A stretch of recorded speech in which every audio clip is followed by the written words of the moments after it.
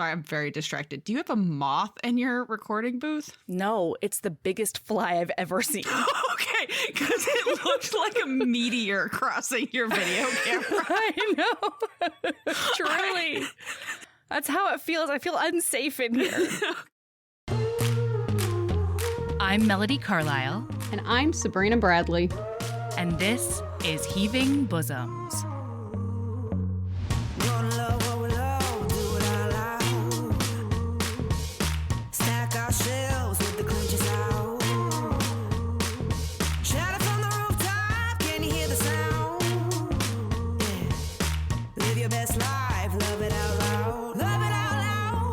This is the podcast where best friends recap romance novels and other kissing media that makes us swoon, snark, and refills our cups. Whether you've read the book or are coming in blind, we'll lay bare every delicious scene and revel in the tropes and subgenres that make romance amazing. All right, listener, strap in and strap on. Headphones are highly recommended.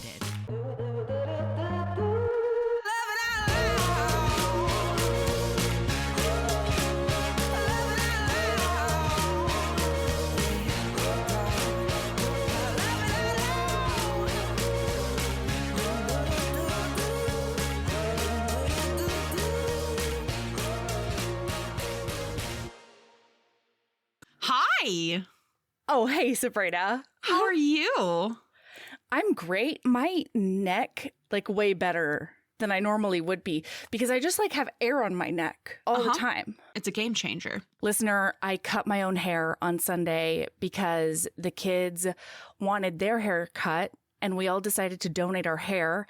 And so in order to get the length we need to squeak by, we had to go way shorter than I anticipated. And now I've got a chin length haircut and it's very cute. I'm not going to lie to you. Super cute. It's you did ridiculously a good job. Cute. Thank you.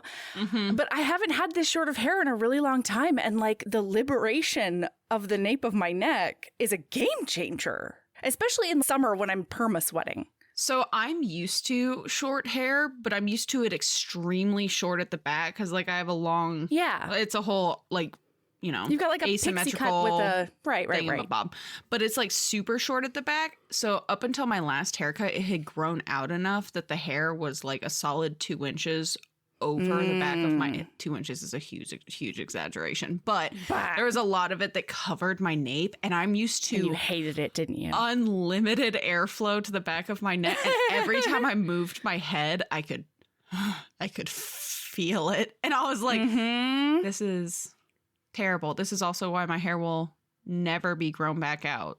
If I decide that I hate this haircut, I am just going to freaking shave my head and start wearing wigs. You know what I mean? Yeah. I'm never growing my hair back out. I dig it. Yeah. I don't know. I think it's going to be tough for me to go back to not uber short hair. I don't know. We'll see how I feel in the winter, because in the wintertime, it's very important for me to have my neck and chest covered. Guess what? They make these things called scarves. Yeah, that's what I was just thinking. You crochet, Melody. Oh, what an interesting tidbit that you just remembered about me that I did not remember about me. You could literally see the cutest shit in the world and be like, oh, so I guess you're not one of those toxic people who's I can make that to everything. Yeah. Unfortunately, I've been... That's one of your toxic traits. It really is. So for example, the algorithm has decided I deserve a lot of DIYers redoing their entire house. I know. I always think I can do that real easy. I'm I can tile that. No problem. It's just tiling. Or removing all of the flooring and fixing that. Yeah. Pulling out the fucking fancy stuff on your walls. Mm-hmm. The drywall? What's it called? Yep, that's it. There we go. Pulling that out and adding walls to your house. Like there's so Sure. many things that people are Or like, look making what I can do. arches out of doorways where it wasn't an arch before. And they're You like, know? they're like, look at all you need are these 3 tools. And then you go Google those tools and it's like $800 That's in the barrier tools. to entry for me. That's the barrier to mine, entry is the tools that you need, and specifically saws. Yes. Like Because I they would take love. space. Yes, they take space, and it's one thing to cut wood. That's very straightforward, but it's another thing to cut things like tile. And Well, yeah, the because amount like it's I would best to have a wet saw practice, for that. Like, it's like a whole thing. It's like a whole thing. So that's what if I don't have a thing that will fit perfectly no matter what, I don't do the project. I can't do it.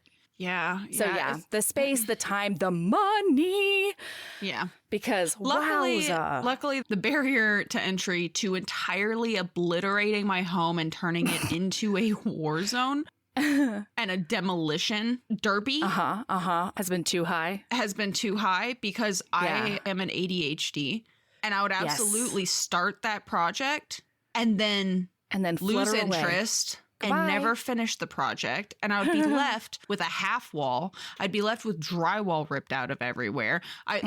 Instead, I'll just keep doing things like buying more sewing, knitting, crochet.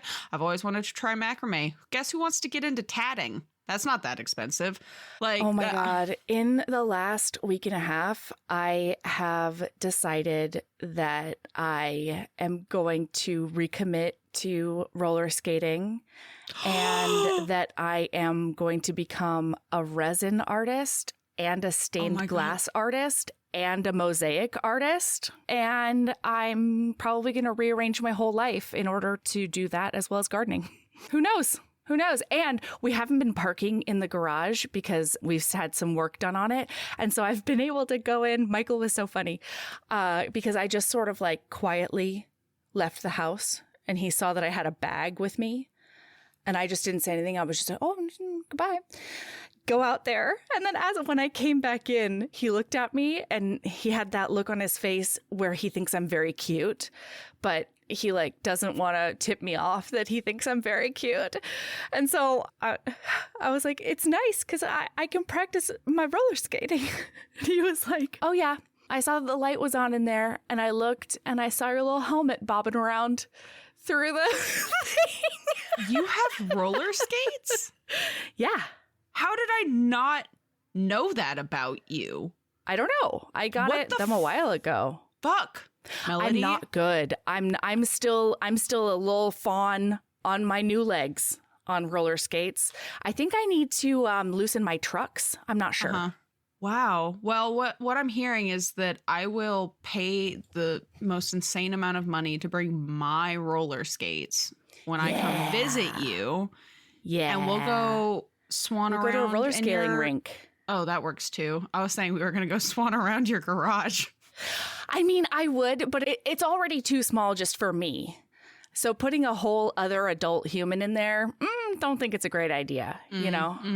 What I'm hearing is you just need to repave your whole driveway and then you can have a little mini roller rink.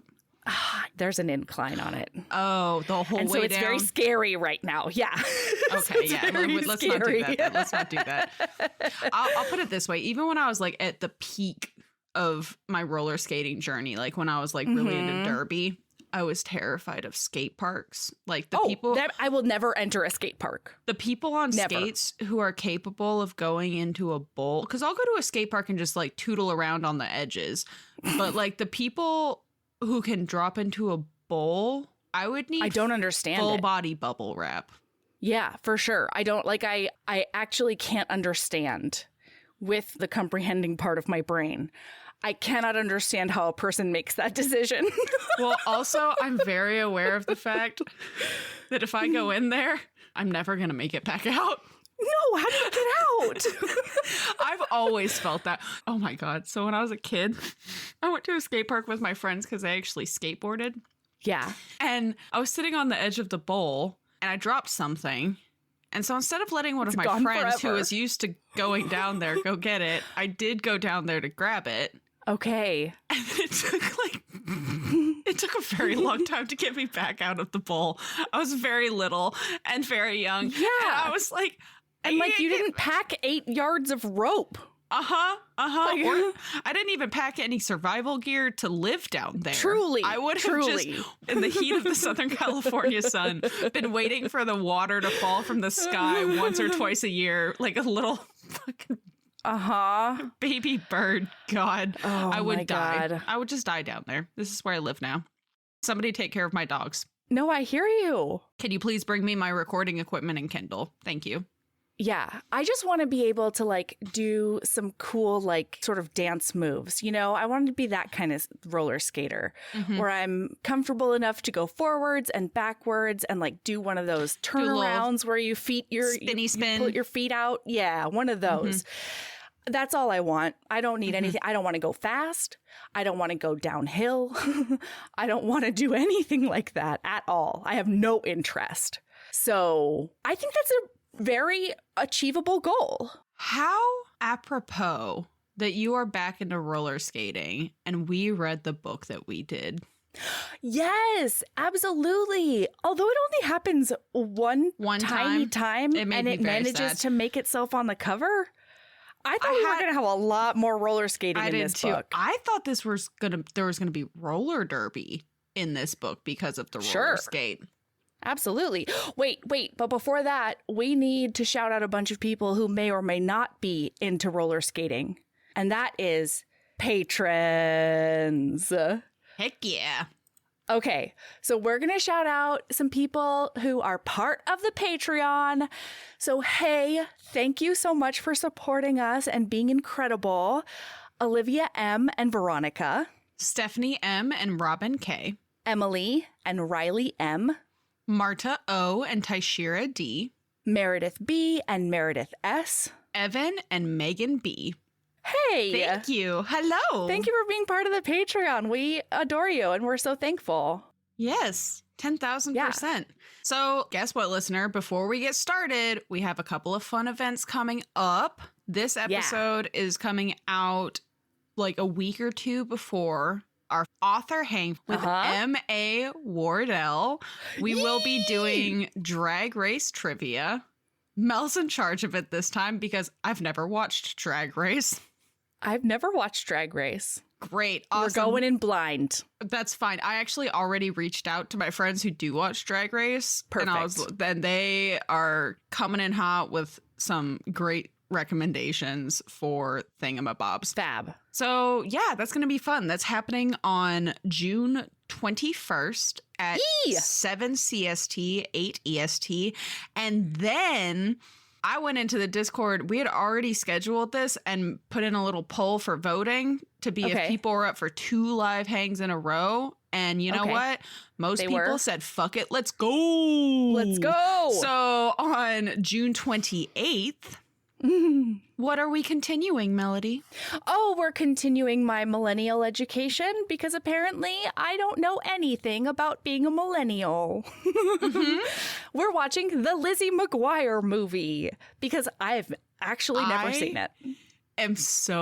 Hillary Duff was my first crush. Hillary Duff was my first concert.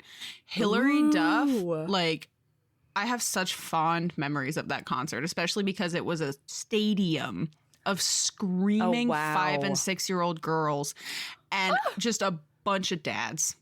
Yeah, that's it. Including my dad standing next to me. And like, it's one of my fondest memories because he listened to the song enough because of me, like that album, that he was like, let the rain fall down. And he was like singing along and like bopping. And it was great. I love that. Oh my God. I'm very excited about I'm this. stoked about it. Listen, She's the Man was really good. I really enjoyed it. And now I understand a lot of jokes that have gone way over my head up until your whole life. Yeah, my whole life. Yeah. So anyway, those are the 2 fun June events that we're doing, and I'm super stoked about it. Okay, though, now we have to talk about a book that didn't have very much roller skating in it.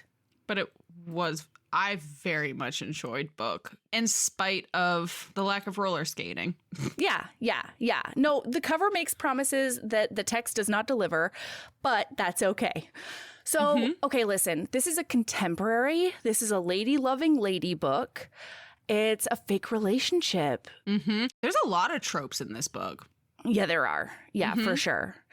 So when we come in, one of our main characters is getting dumped 5 minutes before her engagement party starts. And that's like, I don't know. I don't know if I could do that. I don't know if I could live through that. That's bold. If I was the dumper, I could not go through with it. I would just... Nope. I'd go through the whole party. Oh, see, I would go through the whole party. I'd get married. I'd end up with 2.5 children and a white picket fence. Like, if I got through you would have to do something truly abominable to me if I make it through the engagement party, you know? Yeah, that's fair. Like, that's fair. And it's not because of appearances, right? Like, it's not because I'm not worried about the appearances. It's the person. Like, I've given it's 7 the years promise of that I did. Yeah, like we're in this. It's the sunk cost fallacy, is what it is. And if I was the dumpy, I'd be like, we're going. My life is over. Through the party. No. It would turn into a breakup party, frankly. We would get a lot of fucking liquor. Yes. Like, absolutely. It would, you know what? We're already here. We're already catered. We're already... Yeah. Like, we already have the stuff to make a party. This is officially a breakup party. Let's fucking go. Yeah, and you know what? You're not invited. This is my party now. This is a party for me. You know what? You don't get to be here. Goodbye. That is beautiful. I was imagining them being there, and we're all just... I mean, listen, I think that for me and mine, I would be like, get the fuck out. I've had some relationships where I legitimately think, because not all of my breakups, all of my breakups haven't been bad. And so like, they're like, I can think of at least one where like, if we had gotten to this point and then decided to break up, we'd be like, well, let's party. Well, okay. So first of all, I think it would have the way that the dumpy feels about it, right? Because the dumpy in this scenario didn't see it coming at all. She's completely and utterly blindsided. Her name is Claire. She's our heroine, one of our heroines. Yeah. And like, frankly, Abby did this in a terrible way. Oh my God. Yes. My whole thing is, you tried to ruin the party. You did ruin the party, right? And so now, this is now my party because you're the ruiner of parties and I get to do whatever I want now. And that's why they would need to go. It's just like, this is mine now. Thank you so much. Goodbye. Yeah. Oh my God. So Abby is the ex-fiance, and she comes up to Claire and says, we need to talk. And Claire, jokingly, is like, because she's a psychologist, she's a couples she's a couples counselor. Yeah. And she has written a book about the magic of lasting relationships or something like that. The 7 secrets to a lasting relationship. Something like that. And in one of the chapters, she literally says, you cannot start a conversation with, we need to talk. She's like, oh, ha, ha. Last week, I literally told a couple, you can't start a relationship. We need to, ha, ha. There are better ways to say that. And Abby's like, no, but Claire, we really, have to talk. We need to talk. And Claire's like, we're down okay, to the wire here. Okay, well, our party's about to start. Everyone's about to start. What do you need to talk about? And Abby's like, I love you, but I'm not in love with you. And Claire is like, but what? Yeah. Pardon? Yeah. And so for Claire, because she is like, she comes from money. She's very structured. She's very buttoned up. She really cares about appearances. You know, the amount of diet culture that was in this book was hard for me. Yes. I don't think I could have continued reading it had it not been for the podcast. So yeah, like she's regimented is our Claire. And so not only is this a personal loss, but it's also a stain on her professional reputation because she's trying to be a person that can give out advice on how to have a lasting relationship. Okay. And her fiance is basically leaving her at the altar. I have so many bing boom bongs in this book and questions. But continue.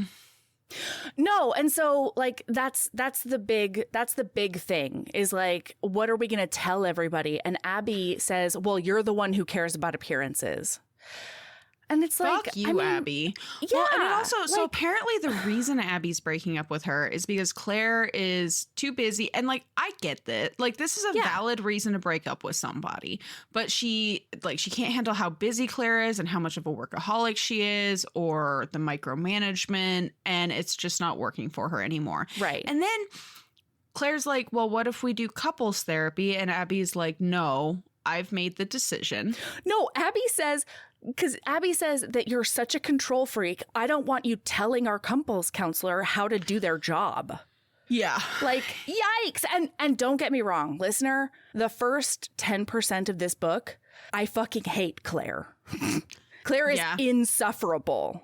Yeah. The first like 10 to 15% of this book, she's mean. She's Judgmental. rigid. She's judgmental. She triggers Very me stuck in on her personal ways. levels. Yep.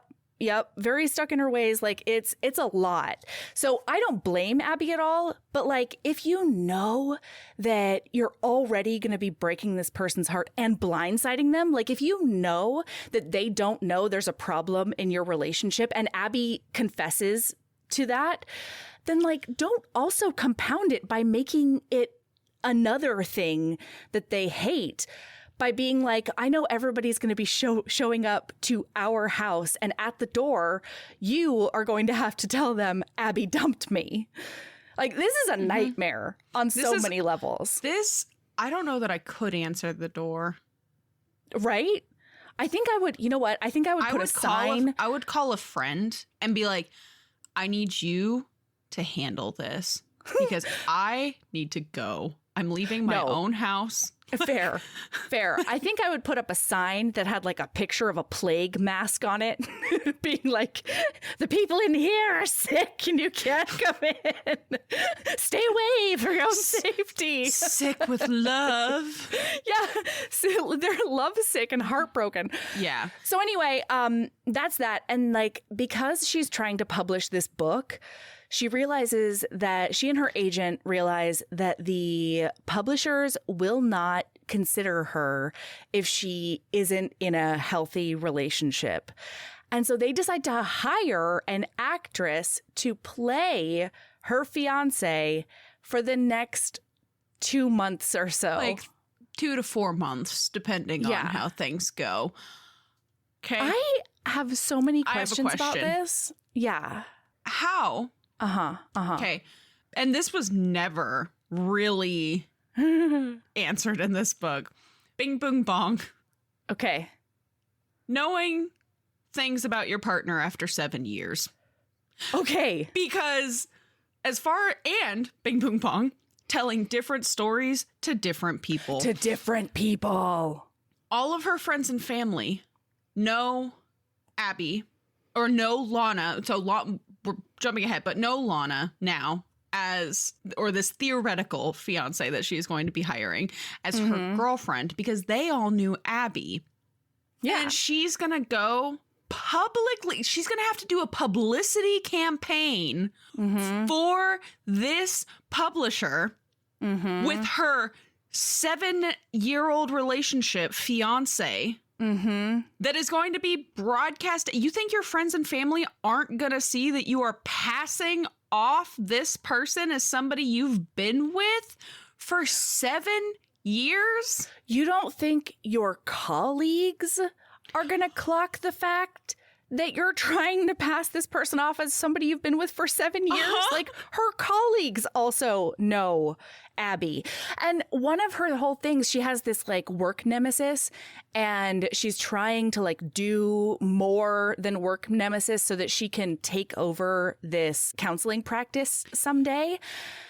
Do And you it's like, Do you Well, also feel like there was what's the no plan closure with work nemesis? I feel like absolutely. that plot line was just never tidied up. You know what? I was thinking about this earlier today because I couldn't decide if I liked it or if I didn't like it and why or why not, you know? And I think I finally came down to I liked it because narratively, it's something that I want to like be buttoned up, right? I expected the big conflict, like, you know, the climax to be this work colleague finding out.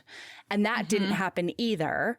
But it also feels so much more real to just be like, yeah, I have a work nemesis and like, that's not going to change. Nothing ever came from it. Yeah. Like sometimes you just have nemesis and sometimes there's not even a conflict. Sometimes they just peter out, you know, like you forget they exist or whatever. Vanessa changes practices, whatever. So yeah, anyway, but it was a big old red herring. Yes. And I, kind of resented that.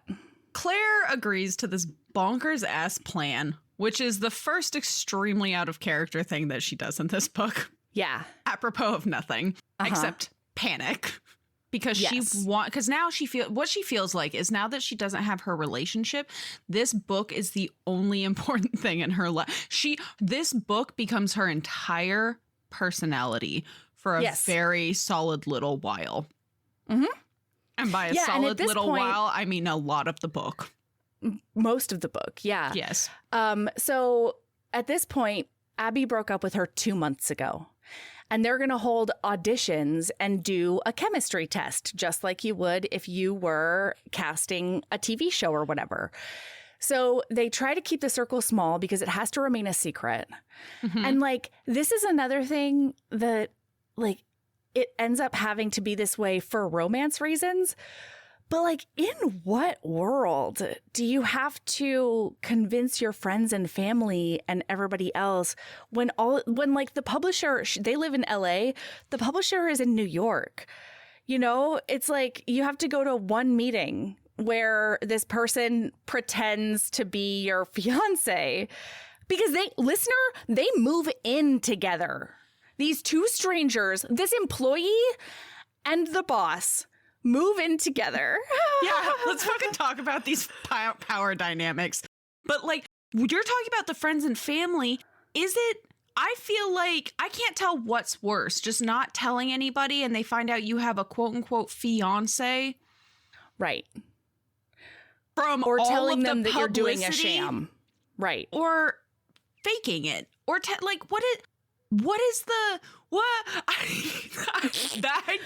all of it sucks. All of it sucks. And like, it's not even tied up in a way that satisfied me, you know? No, they never really have to confront it because they end up being together at the end. Yeah, you know? But there's a whole like, paragraph that I highlighted of them tying up loose ends, quote unquote. But like, those aren't loose ends. They're also missing like 3 feet of length to even touch. Well, yeah, they're also not loose ends. They're people. They're your loved ones, you know? And so like they decide to go the rest of their life without cluing in 2 of their besties on how they actually got together. They're just continuing also with the charade forever, the charade. I'm going to tell you right now, Melody, I could not keep a secret like that for the rest of my life. There's no way.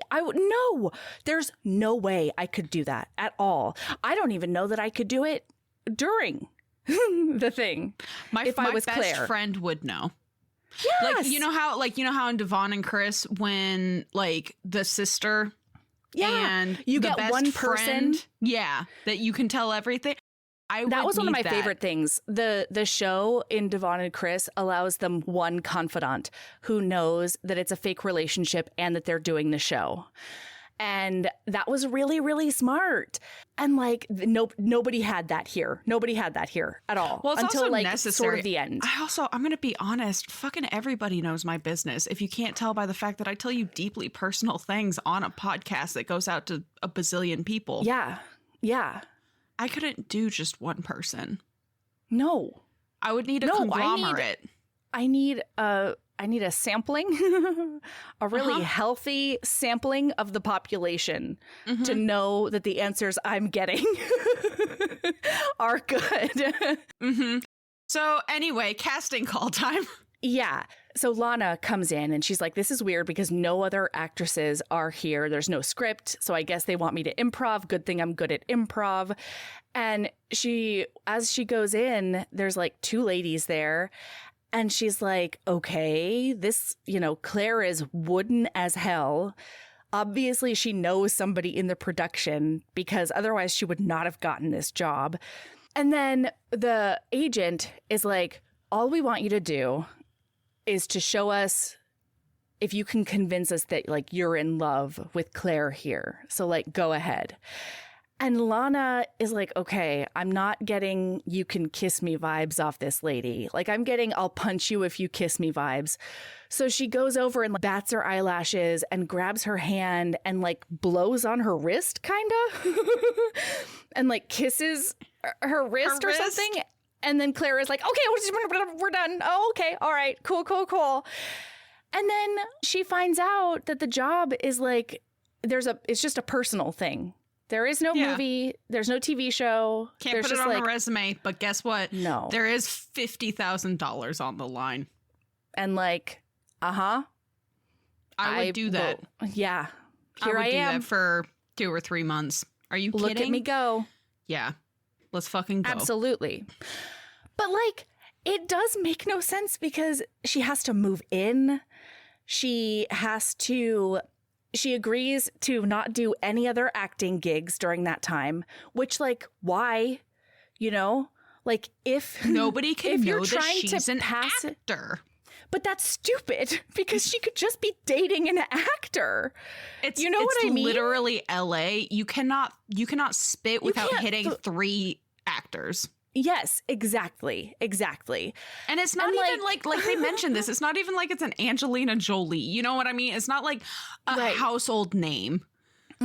This is just a person who's been in a couple of commercials. I have friends who have been in commercials. I had no idea they've been in commercials. I've never seen that commercial. You know what I mean? Like nobody would know. Nobody would know. Yeah, absolutely. Okay, so now we get to the part that I had a really hard time with because listen, just guys. One part? No, well, this is the thing that I would, as just a reader, DNF over. DNF'd. I know exactly what you're talking about because I possibly would have DNF'd for the exact same reason. Yeah. So when we switch to Claire's perspective, Claire is very like, she is fat. She has tattoos everywhere. She's obviously not my type. She is blah, blah, blah, blah, blah. Like there are so many reasons why she's I showing wouldn't off date her her. scars. She's showing off her scars. And one of her tattoos is this beautiful image of a phoenix rising from the ashes, basically, and the talons are holding on to the scar that's on her arm. That tattoo gorgeous. Would hurt so fucking bad. Oh, yeah. Mm-hmm. Yeah, that tattoo would be miserable. Brutal. Yeah. Yikes. But anyway, so, and here's my thing. I feel like the author attempted to mitigate the fat phobia of one of the characters by, making Lana incredibly proud of her body as it is, and making it so the other heroine ends up loving her body as it is. But I didn't find that very believable because the other character doesn't go on any kind of journey where she accepts her own body as it is. And I know it's easier to do for other people than it is for yourself a lot of times. But also, this level of fat phobia in a written character, for me, Melody, I need fat to not be a bad word. And it is in this book because it's never used. Yeah, she keeps saying Lana curvy. is only curvy. Yeah. Oh, she's so curvy. And her and like once they're finally together, it's like the softness. And right. it's all yeah, but there's no it's all rolls, tucked there's no around. jiggles. Yeah. Exactly. And like, I would want Lana to be proud to be a fat person. And so I'm going to be honest with you. I have a history of disordered eating. This was pretty triggering for me.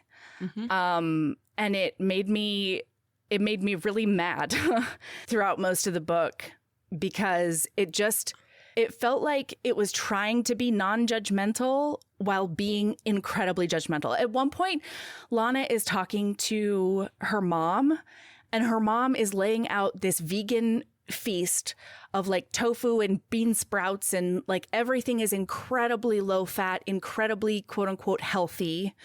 It's like all health food. And then her mom says, just apropos of nothing, I noticed Claire gained weight. And you're in Lana's perspective, and Lana says, like, I can't tell if that's a good thing or a bad thing. So I just say, she's gotten a lot. Yeah, she's gotten a lot healthier since I moved in. Can you believe she was only eating like an apple for dinner before I moved in? And like, listener, that's not healthy. There is a difference between diet eating and healthy eating.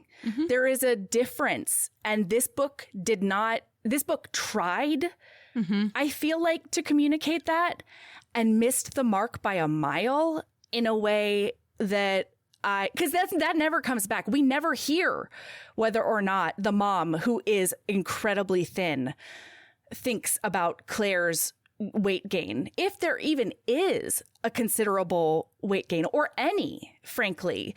Like, yeah, we don't see the weight gain on page.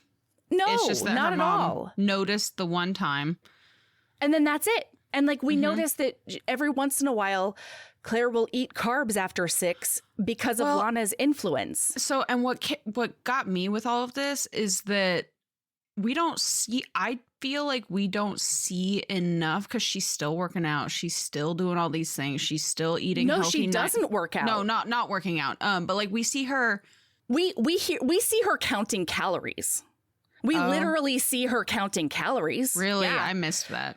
Well, she says when Lana makes her pancakes, she says these have got to be 1,000 calories each. And Lana says, I bet they are. And then like takes a really unapologetic bite. And like it was hard. Here's the thing.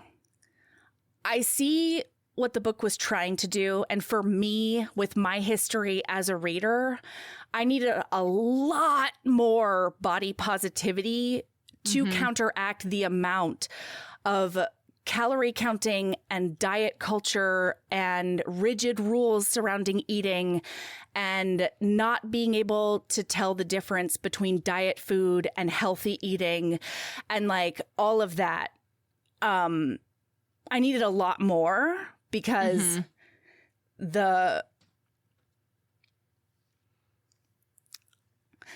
all of the other stuff was triggering as hell. Was really triggering. Yeah. For me. That makes sense. Sorry. No, don't be sorry. So coming from the opposite side of things, so I don't have that kind of disordered eating past, and it was still a lot. Like, I have a lot of issues just in general with body image and things like that, and like seeing other. This felt, frankly, growing up in Southern California, just outside of LA, this was very true to form.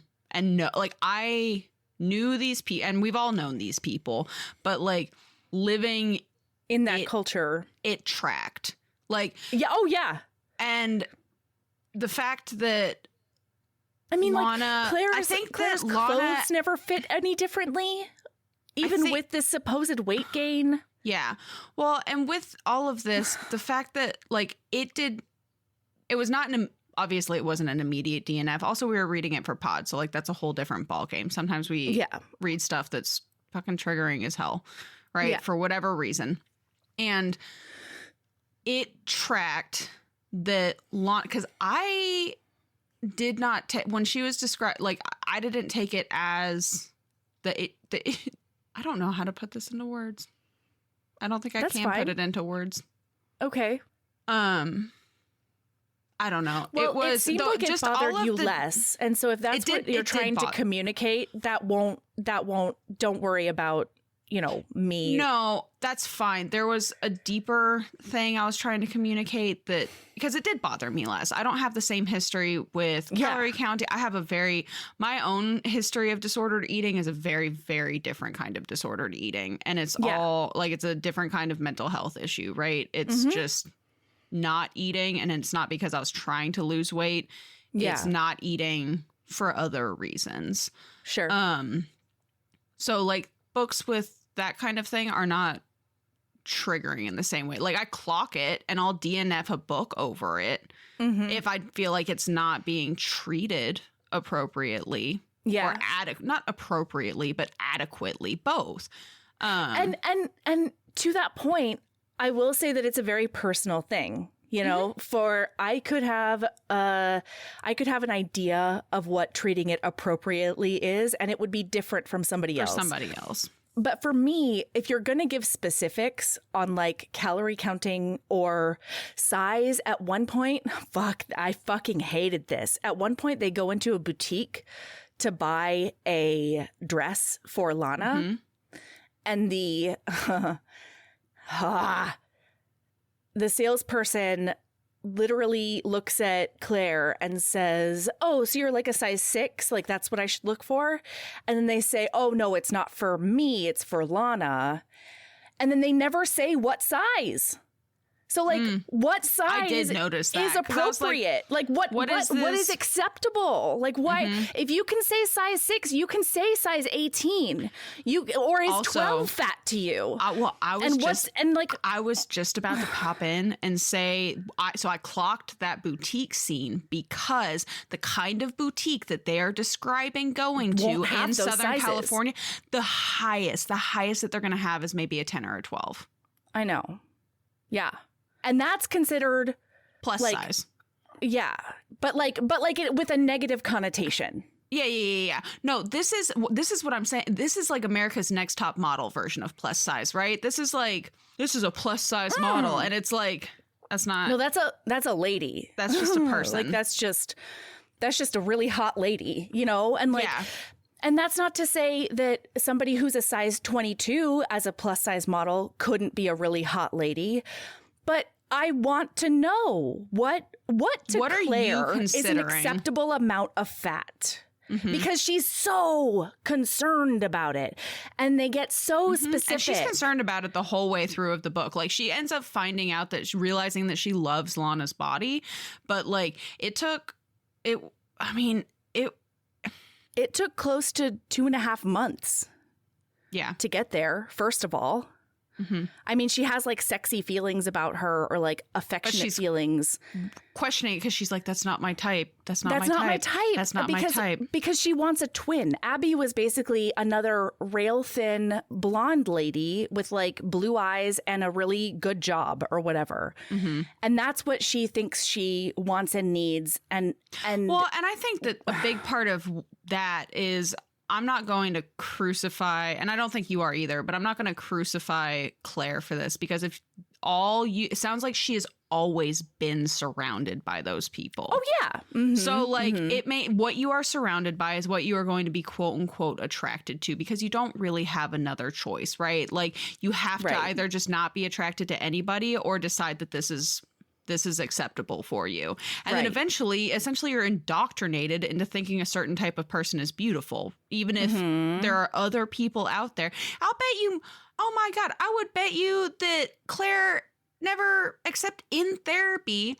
in counseling sessions, she doesn't even interact with anybody that is not white and rail thin and dressed to the nines 24/7. She owns one pair of jeans. Like she lives in a completely different stratosphere. Yeah, exactly. Yeah. So like I can see her being like, oh, actually, oh shit, the world is bigger than I allowed myself to think. And that's essentially what happens with Lana, because at first she's like, nobody will believe I'm with this woman.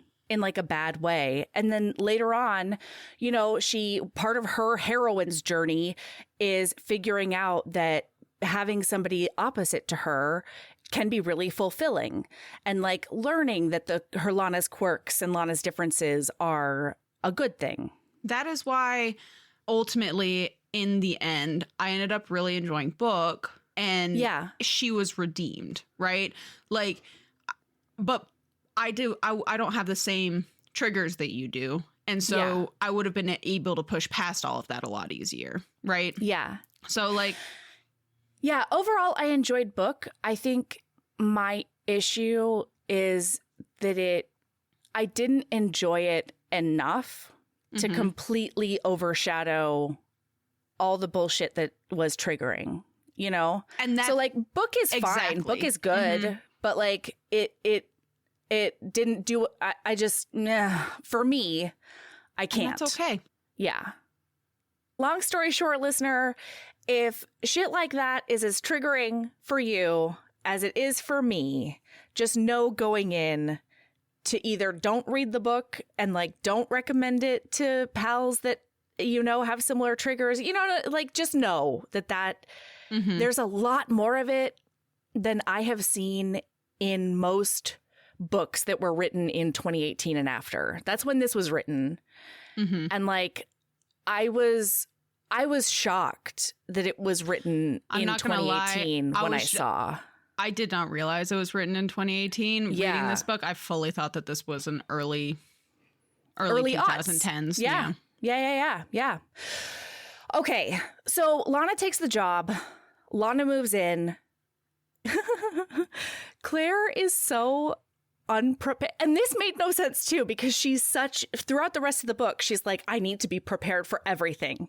And yet when Lana's friends help her move in with boxes, she still has a picture of Abby on her bedside table.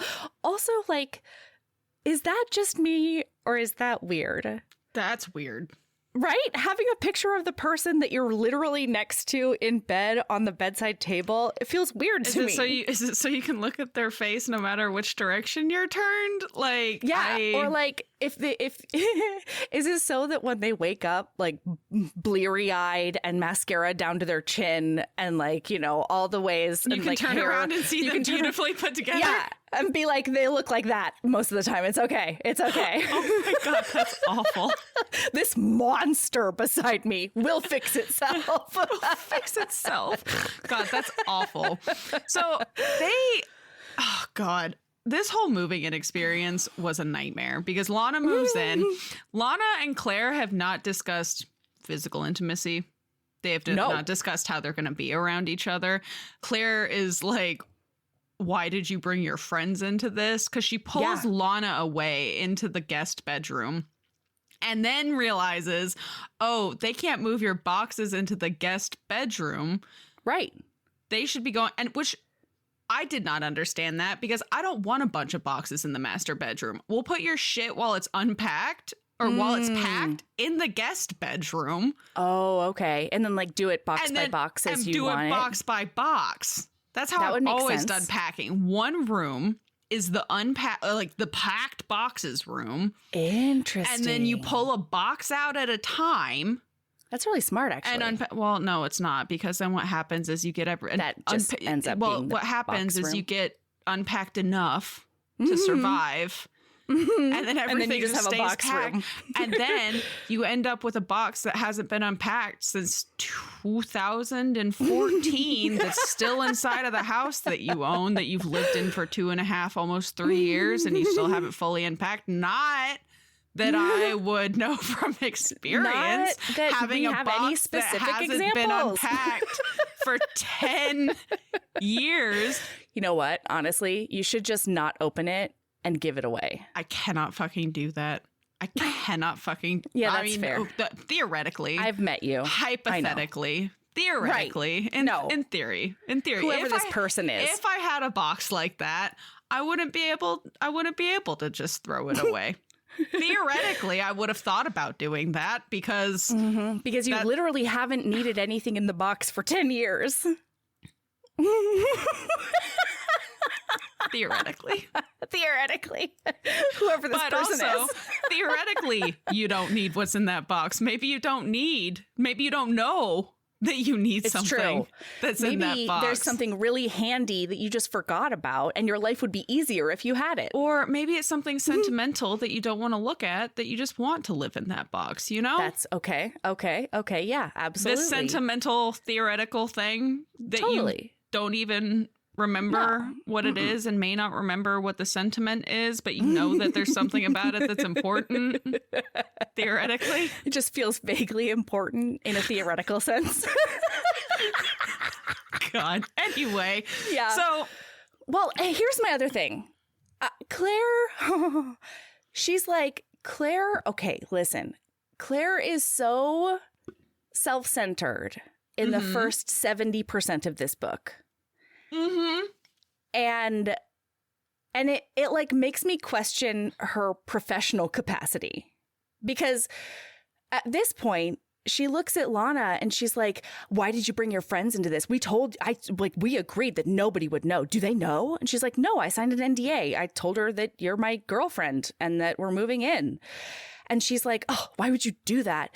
And Lana goes, well, I couldn't very well move and not tell them. You know, like, it would be weird for my best friends to show up at my old house and then be like, Lana, you moved. Question. And this is the first time Claire's thought of it. That is true. I have a question, a logistics question. And actually, it's just like, maybe just a mistake in the book. Okay. It is stated very clearly when she's moving out that she has a roommate who will be in a studio, staying there. and then later on it's a studio. And specifically, it's a studio with nothing but a mini fridge and a hot plate. Yeah. Okay, you caught that too? Because I was like, what? I could see maybe one bedroom and you use the living space as whatever. A studio apartment with somebody, which, like, frankly, based on California rent prices, that tracks for a barista. No, people do that out in New of York. Work. Yeah, like for a barista and an out of work actress, and then whatever the fuck her friend does, like, that tracks. But also, like, there are people in New York who will find roommates with opposite schedules because they just take shifts in the apartment, in like the studio apartment. That is literally, isn't that bananas? My worst nightmare. I know. You just have a shadow self. You have to understand. No, that is literally my worst nightmare, because this is something it's taken a lot of years to learn about myself. But I'm not a jealous person, but I am an extremely territorial person. Ooh.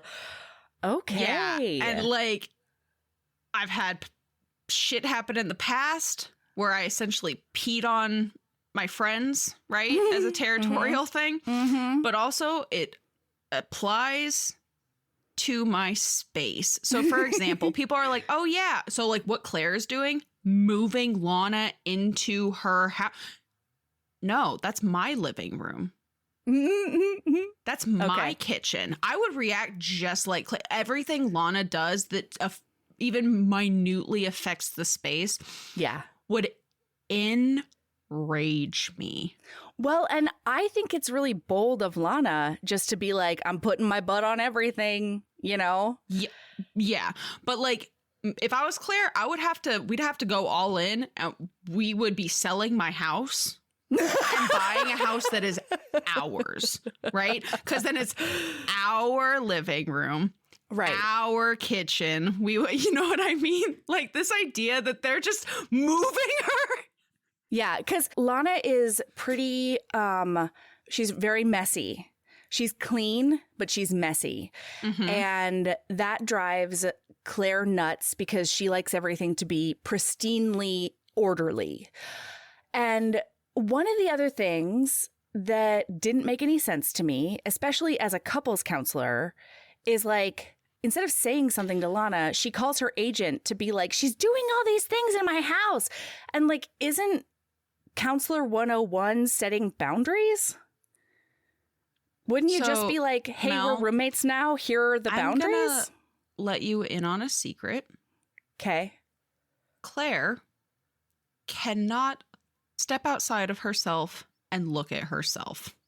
Okay. This is shown 18 gazillion times. Because she is not a good, and it's stated in book multiple times that she's like, why can't I, like, I'm a fucking counselor. What am I doing? All blah, blah, blah, blah. So like, even when she can recognize it, she cannot do the things, because I'm not shocked that Abby and Claire broke up.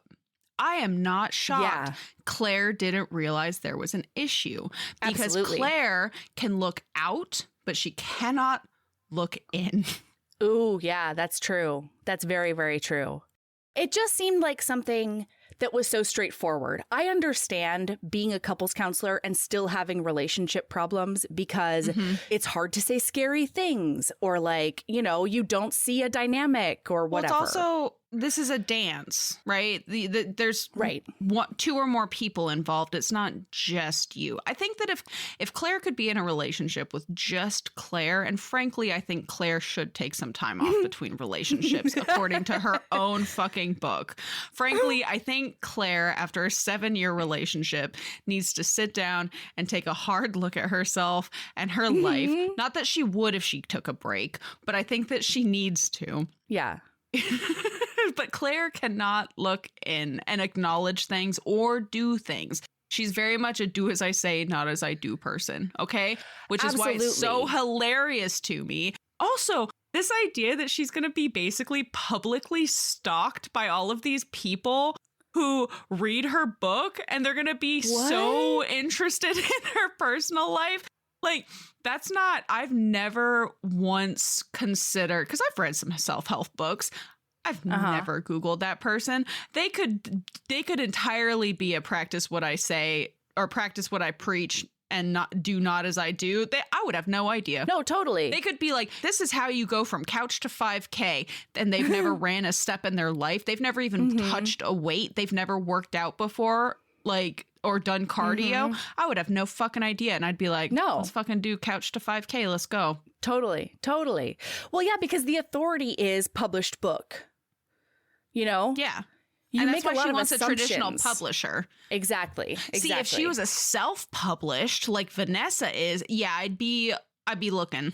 But as a regular consumer, you normally don't know shit like that. Yeah, the people who are going to be buying this book are not going to be aware They have no of that. idea whether it's a trad published book or a not. If they're doing like an Amazon, which everybody does now. Well, especially because like I'm sure that this publishing company is a small one, right? It's also fictional. It's fake. I don't remember what it's called. Washerwomen or something like that. I don't know. I like Whistleworm Press. I don't know. Whistleworm Press. Yeah, that works.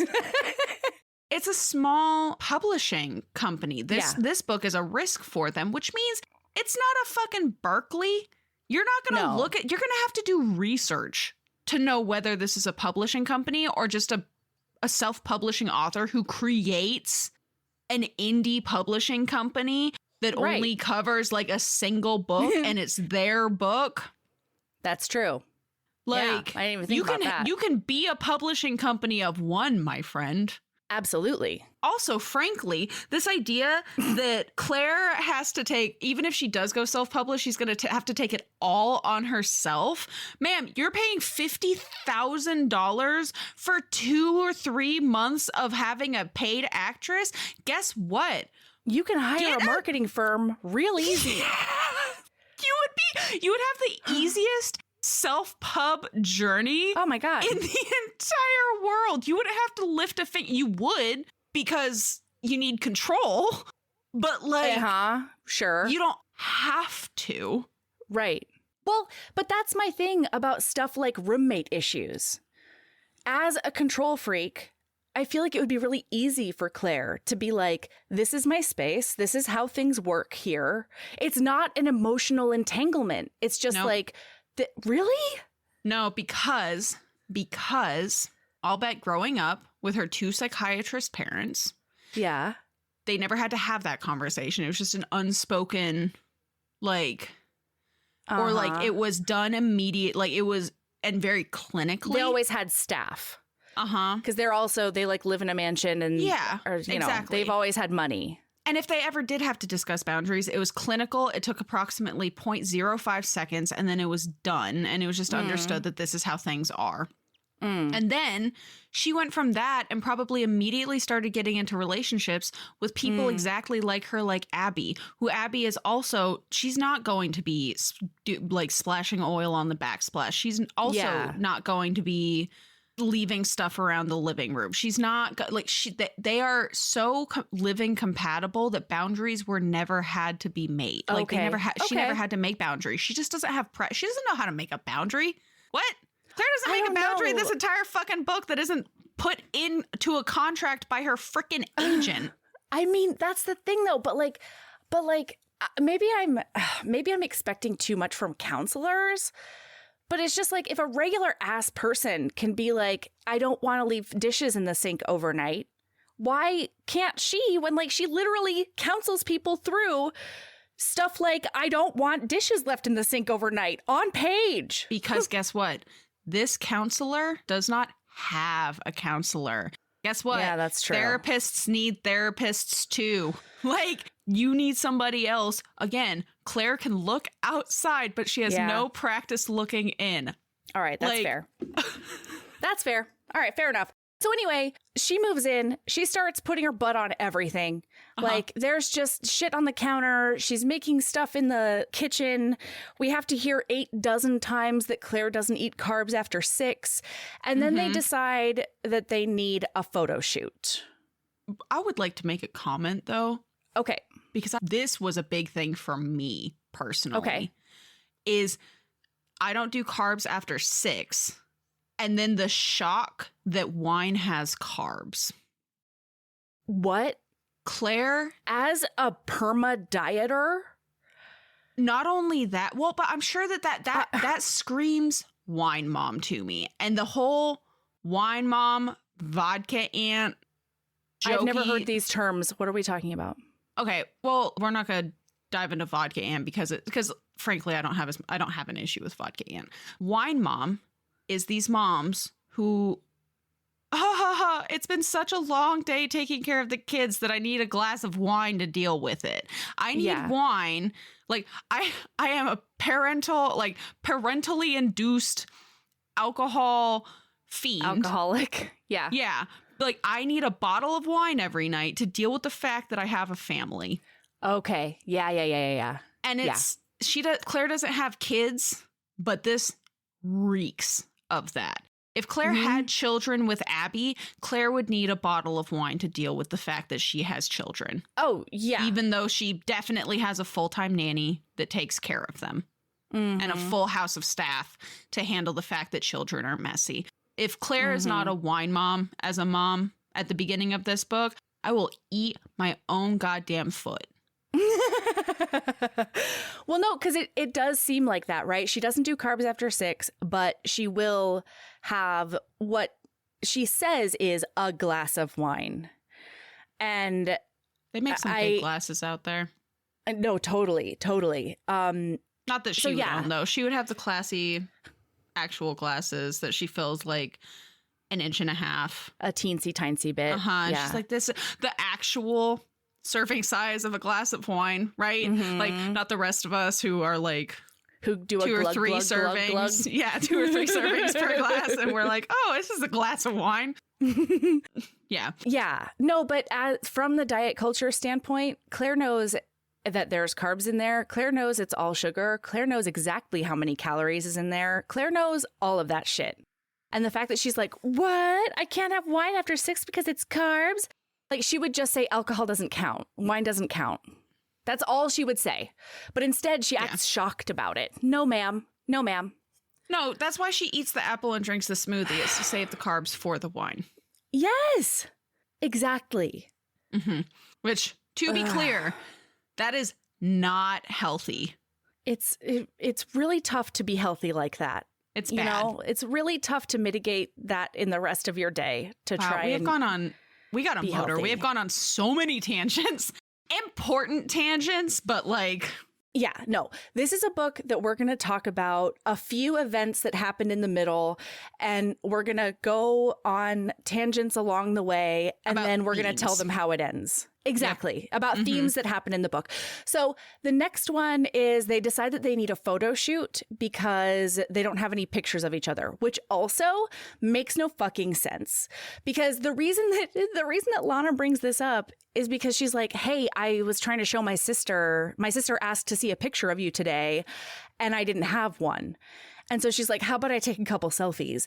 And then Claire says, oh, that's not going to do it. Professional photo shoot.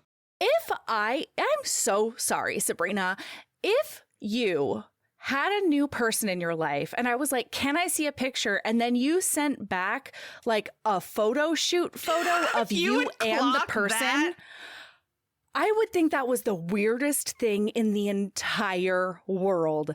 Like, Claire, you need the selfie and the professional photo shoot, but the professional one is only to send to the publisher or put on Facebook or something, because Claire's on Facebook. Or like to put pictures up around your office and things like that. Like, yeah. But like that would be weird as fuck. That would be, you know what, Mel? The next time I date somebody, oh my God, if you come at me with coordinating my God. I am telling you, you know what? This is happening now. Just a heads up to my next future, not even partner. The next person I go on dates with, all of my next future, like within the first 2 or 3 dates, it's going to be a professional photo shoot.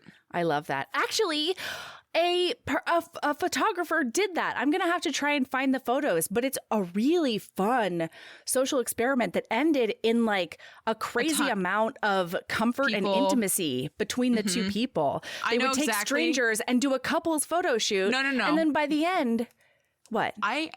That's not what I know exactly what you're talking about. By the end, they like are like intimate and adorable, and some of them end up dating. Like it was fantastic. They just feel like they know each other. No, I'm about to change all of my dating profiles to, just so you know, our first date has to be a professional photo shoot for a gag. There will be coordinating outfits. Thank you so much. Yeah. Let me know how that goes. You know, we'll see. Who knows what'll come out of the woodwork for that? That'll be great. Honestly, somebody who is down to do something like that for a gag is probably somebody who I'm going to really, really get along with. Well, but see, if we're doing it for a gag, then I want to like recreate that American... JCPenney's. Yes, that like look off into the distance and a spotlight on you kind of situation where there's like two of you in the photo. But that is like, that's what makes it a gag. This is a gag that is actually like, I want like what this is happening, right? Like I want like, it looks like an actual, like this is going on our wedding cards photo shoot, it's so right? Weird. Oh, I can't wait. I can't wait for people's reactions. I put every single dating profile that I have. This is going on there. I can't fucking wait to hear the responses. Anyway, Claire's like really uptight, and so the photographer suggests that they tickle each other. Lana ends up tickling her. Claire has a mild meltdown about it. Do you know how fast Lana would get punched in the face? Absolutely. Don't fucking tickle me. Or like an errant elbow. That's a terrible suggestion. I tell people this because I'm extremely ticklish. I am not at fault. You chose to make this decision. To move forward with this decision. I am not at fault for any harm. Please keep your hands and elbows inside of the vehicle because like you stick them out, they're coming off. Okay? You're going to get a black eye is what's happening. And I won't even mean to do it necessarily. Like you get the same warning about touching my feet. Don't fucking touch my feet. I will kick you in the fucking face. That's fair. That's fair. So anyway, they do that. And after her meltdown, Lana goes and gets her. Turns out she felt funny being out of control like that, which like laughing in front of a stranger, that's out of control for you, Claire? No, I don't. No. I understood this immediately. I would hate this. Like I'm not into control the same way that Claire is. But Claire doesn't mind tickling. It was specifically the being out of control. Oh, you don't like tickling. That's different. This is true. Claire thinks she's not ticklish. And it's because nobody has ever tickled her in the world. How? You think Kale Mama tickled her? I mean, I would hope so. Like, you think tofu burger daddy tickled her? I mean, again, I would hope so. Also, but I guess can not. I just talk about Wouldn't her nanny tickle her? Can I just talk about the throwout that apparently James, her father, when he met her mom, was just a stone cold hippie? Yes. Yeah. Sir, how? Where are you? Blink twice. But Are you okay? Apparently, he seems real. The parents actually seem to have a pretty decent relationship. I mean, we only saw them together once. So. Yeah, but I don't know. I've been reading a lot of really dramatic romance lately. So, okay. Like, the one time you meet the parents and it's bad. It's bad, yeah. Anyway, so then they do like photos where Claire is in between Lana's legs as she sits on a counter. And, like, snuffling on her neck. Yeah. Almost kissing. And that feels nice. They get a little tingly. It's fine. Yeah, people feel tingles in places, and both of them say, "Oh, but it's only me. This it's not affecting the other person as much as it's affecting me at all." Mm-hmm. That's a theme throughout the book. Yeah, it's pretty much constant. Then they go to dinner with Lana's friends, and when they get there, Claire's pissed off because clearly everyone knows something about Lana that she doesn't know. That could be an issue because Lana got triggered on the way to the restaurant. Because we haven't talked about this, but the scars that Lana has are from a really bad car accident like 2 years ago. Right. And specifically the song Good Vibes by the Beach Boys was playing when that happened. And that song came on while they were driving to the restaurant. And so she got super triggered. And then she wouldn't tell Lana what was going on, which fair. Lana and Claire are strangers. You guys have an employee-boss relationship. Uh-huh. That's it. I don't owe you a fucking thing, Claire. Yeah. Okay? Yeah. The job is not for me to convince my friends that you're my girlfriend. That's not my fucking job. You know? Like, I'm going above and beyond by doing this. Why is Claire at this dinner? Lana, why are you inviting Claire to this dinner? Lana, what are you doing? Why do you want your boss there? But then it's because she's sexy. It's fine. And they need quote unquote practice. I get it. Like, there's so many things that I'm like, why? But also, like, I get it. It's romance novel reasons. It's dumb. But the thing is, there weren't enough romance novel reasons for me to make the leap that you need practice, and then the leap so that's fine, right? If we had seen some dates that they went on as practice, great. But the leap for me that there weren't enough reasons for is Lana including her friends. If Claire was including her friends, fine. So I can understand. Claire includes her family. Claire doesn't have any friends. They were all Abby's friends. That's true. But like Claire does include her family. Like the reason that Lana and Claire are both attending these things is because their friends and family know that they're with somebody that is important enough to them that they live together. Moved in. Yeah, you're right. Like, of course they're coming. Which I do have, I'm not going to go into this diatribe, but this idea that when you're in a relationship, you're a we and not a you and an I is a problem. I fucking hate that. Yeah. It's the most disgusting thing. I hate having nothing but mutual friends. Like, and you do everything together. I can't do relationships like that, period. Like we have entirely separate lives that intertwine occasionally at one another's behest. Right. Mm-hmm. Well, but that's the thing. Like, it was weird to me that she knows this is supposedly only going to be 2 months. And her friends specifically ask that she bring Claire in order to make it a dinner where they get to know her. But it would have been so easy for Lana to beg off and be like, oh, Claire couldn't make it because she has to work late for blah, blah, blah book reason. And then she could have a lovely dinner with her friends and not do any of this. And then not deal with the shitty conversation in the car home where Claire basically tells her, guess what? I'm paying you, so you have to tell me about it. Yeah.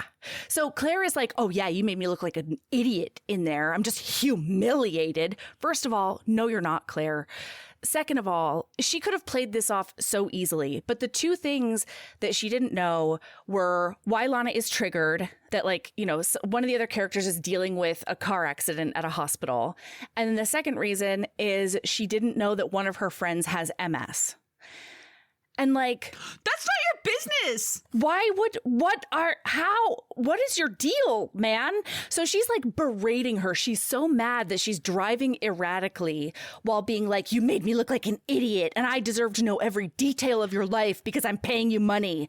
And it is wild. I am having one of those moments right now, Mel, where we start the episode and I'm and like, you think you like the book? I really liked book until we're actually talking about book, because I have Swiss cheese memory. Like, things are written over as I'm reading, right?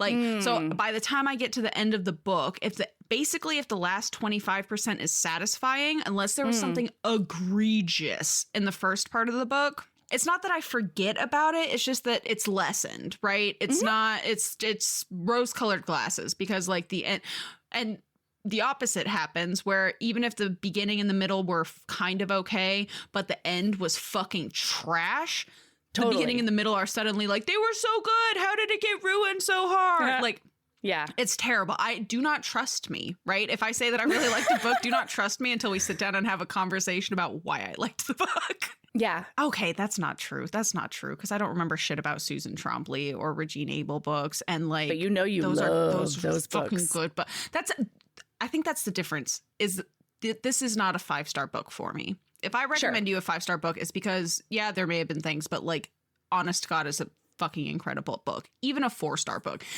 This would have been a 3-star book if I did star ratings, right? Or like, would I consider a 3-star book? And a 3-star book can be one that I really liked. It can also be one that I didn't really like, but it's fine. It's a book that I read. But like, boy, I'm getting heated. Getting a little heated? Talking about this book right now. So then Lana, for totally valid reasons, is like, this is ridiculous and I'm upset, and like, drive regular and I'm not talking to you anymore.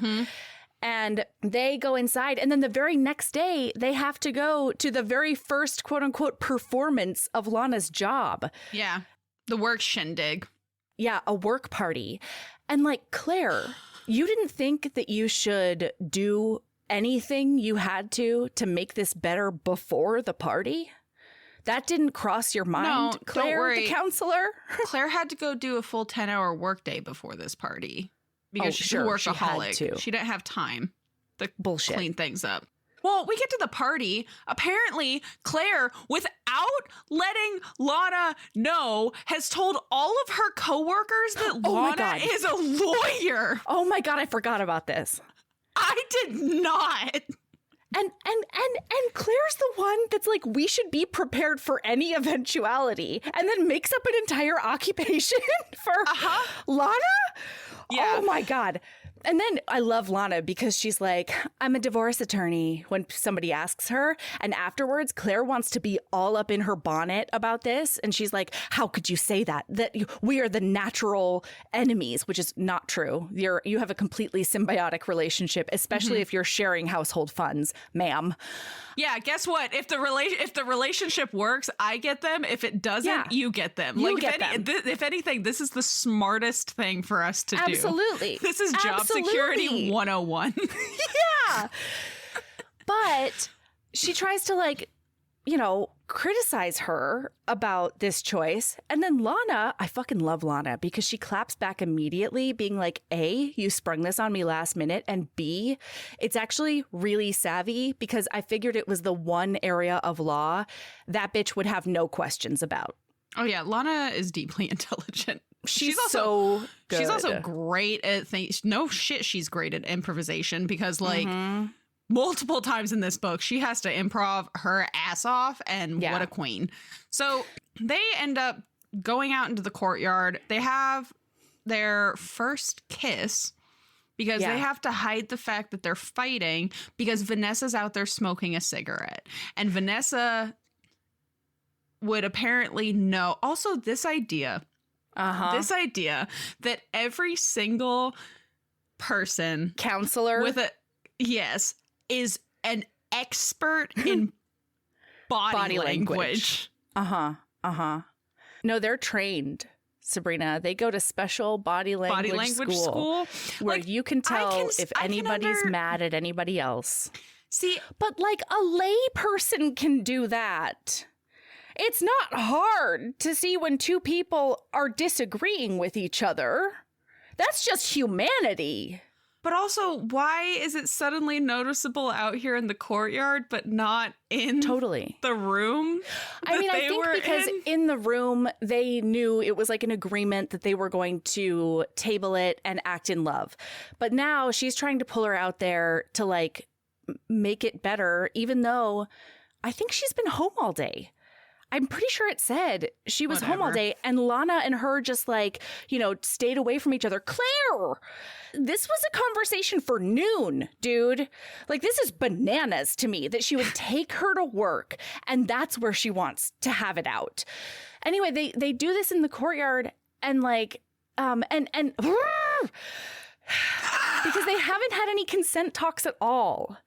They haven't had any, how are we handling this physical stuff talks at all.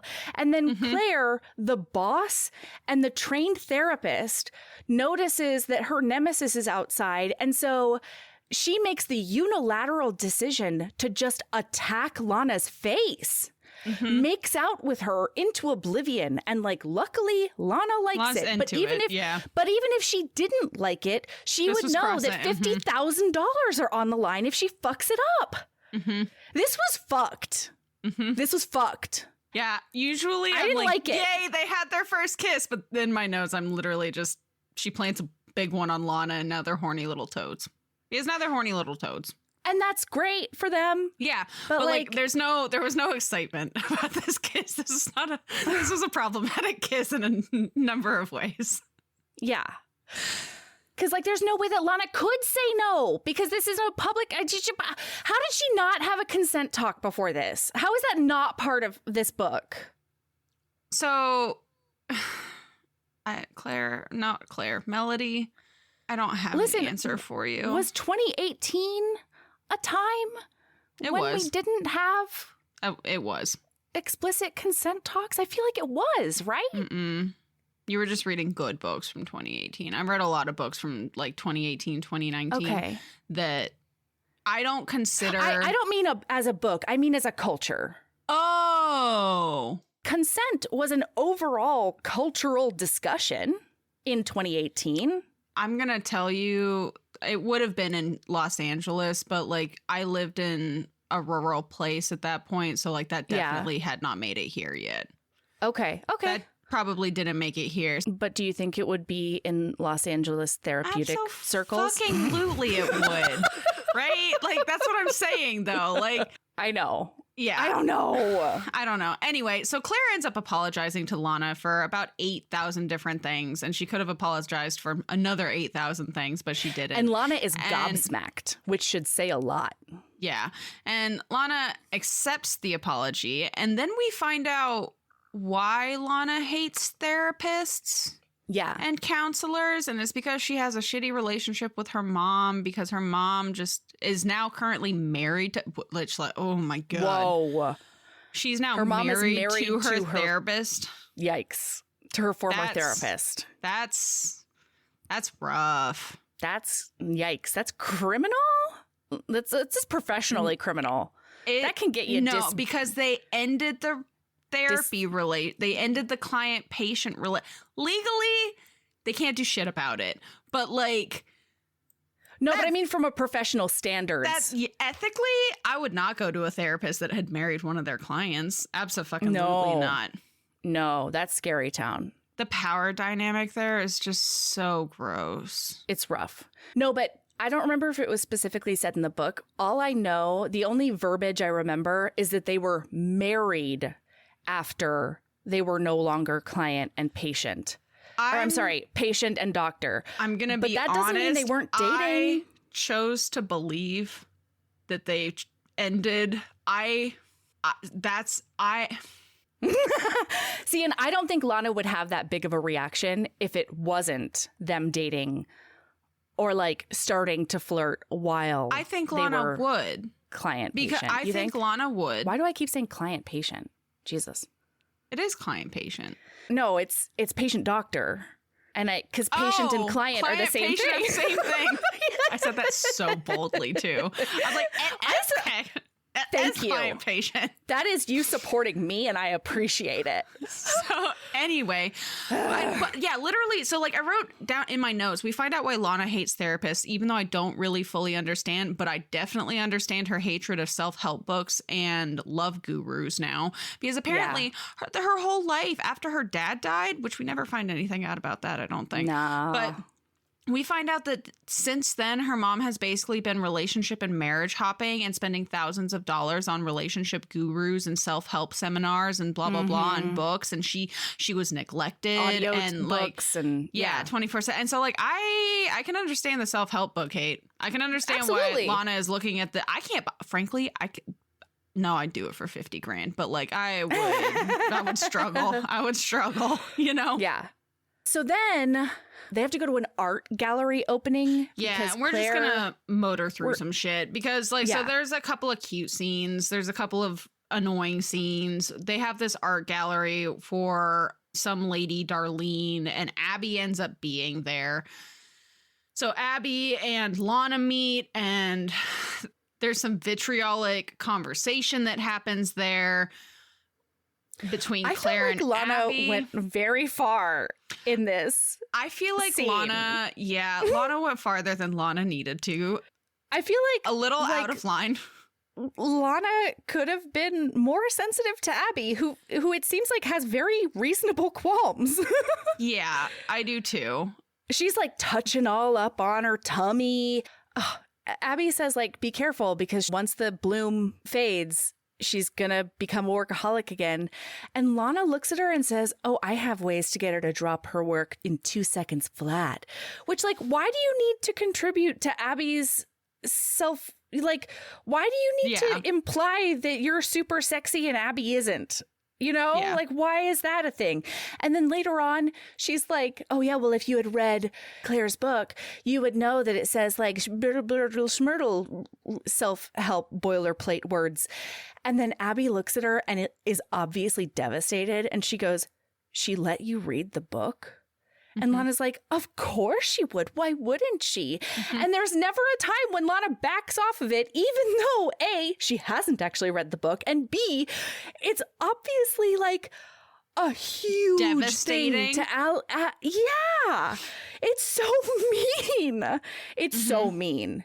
And like, Abby's not the person who implied that she was a fat wildebeest who nobody could find attractive like Darlene did. Abby has come over and is flirting with Lana at first until Lana realizes who Abby is. And then Lana goes full nuclear on... It's so mean. Yeah, I struggled with that scene. You didn't have to twist the knife, man. Abby didn't do anything to you. Oh, also importantly, we didn't talk about this. There was a dressing room scene where they end up like getting real vulnerable, and now Claire knows everything about Lana's accident. Lana knows. So like the reason it's important is this is where they start getting a little more vulnerable with each other. Yeah, and this is kind of the turning point. This is the start of when Claire starts seeing Lana as a real person and not as an employee who is inconveniencing her. That's sort of where that starts, because there's that scene, and then at this art show, there's this point where this lady, this asshole Darlene, says like, oh, she doesn't look like your type at all. And it's very clear that she's being like, that's a fat person, and you don't, like, you're not attracted to fat people, because who would be is essentially Darlene's subtext. And Claire is like, I have no idea what she's talking about. Look, that's just Lana. Like, ooh, she's just like her curves and all the business. And it's like, that was your exact fucking reaction when you first met Lana. I read it not 70 pages ago, ma'am. And now you're trying to be judgmental about Darlene, even though, I mean, Darlene should be judged. She's an asshole. I will say I did not have that issue with that, because I can see now that her views are changing, getting defensive over it. Well, no, but that's the thing, right? Like, it's only because just now she's starting to see Lana as a human. Yes, and that's a problem. That is a for problem. Me, Melody. But it tracks. I know. It tracks. So like I did not have the same issue with that you did, because like it tracks that now that I have other issues, but not that issue specifically, because it tracks. It does track completely. So I just didn't need it, super didn't need it. Yeah. Then Lana has started cooking dinners for Claire that are like low, like diet friendly, essentially dinners. And that was super sweet because like Lana, it is really sweet, is like, you need to eat, babe. But like, you have to eat. You come home late and you haven't had dinner. And that was very sweet. Yeah, you haven't had dinner, then you eat an apple and drink a bottle of wine. This is a problem. So we're going to put some food in you. Yeah. So Lana, they start doing like a slow compromise, and it is really nice. Then can we skip forward to New York trip?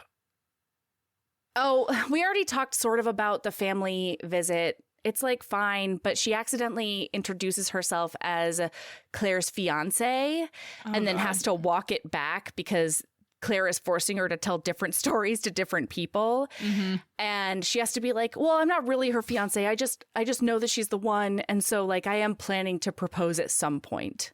Mm-hmm. And the family is, fine. It's fine. Yeah. So then they're getting ready to go to, but this conversation makes them realize, oh, fuck, we're going to New York tomorrow. It's like 8 p.m. and we need an engagement ring. What? How? This How did you get this Claire's far? whole thing is like, we have to make the image perfect. And Claire hasn't thought about this woman needing a ring until 10 hours before they board the flight to New York. I can't. I cannot suspend my disbelief that far. I'm either. Sorry. I can't do it. That one's rough. Anyway, So they end up compromising because Claire wants to get Lana an $11,000 engagement ring, and Lana's like, I don't even like that ring, and that's I want a cool ass ring, amount of money. And so they end up compromising. Lana gets a ring that she really likes. It's got a feather on it for her phoenix. I like it. Yeah, it's a little feather. It's got a topaz, and then it's New York time. They go to New York, and the night before the interview, Lana has a nightmare. And so they end up snuggling as a result, and they both really love that snuggle. Hang on.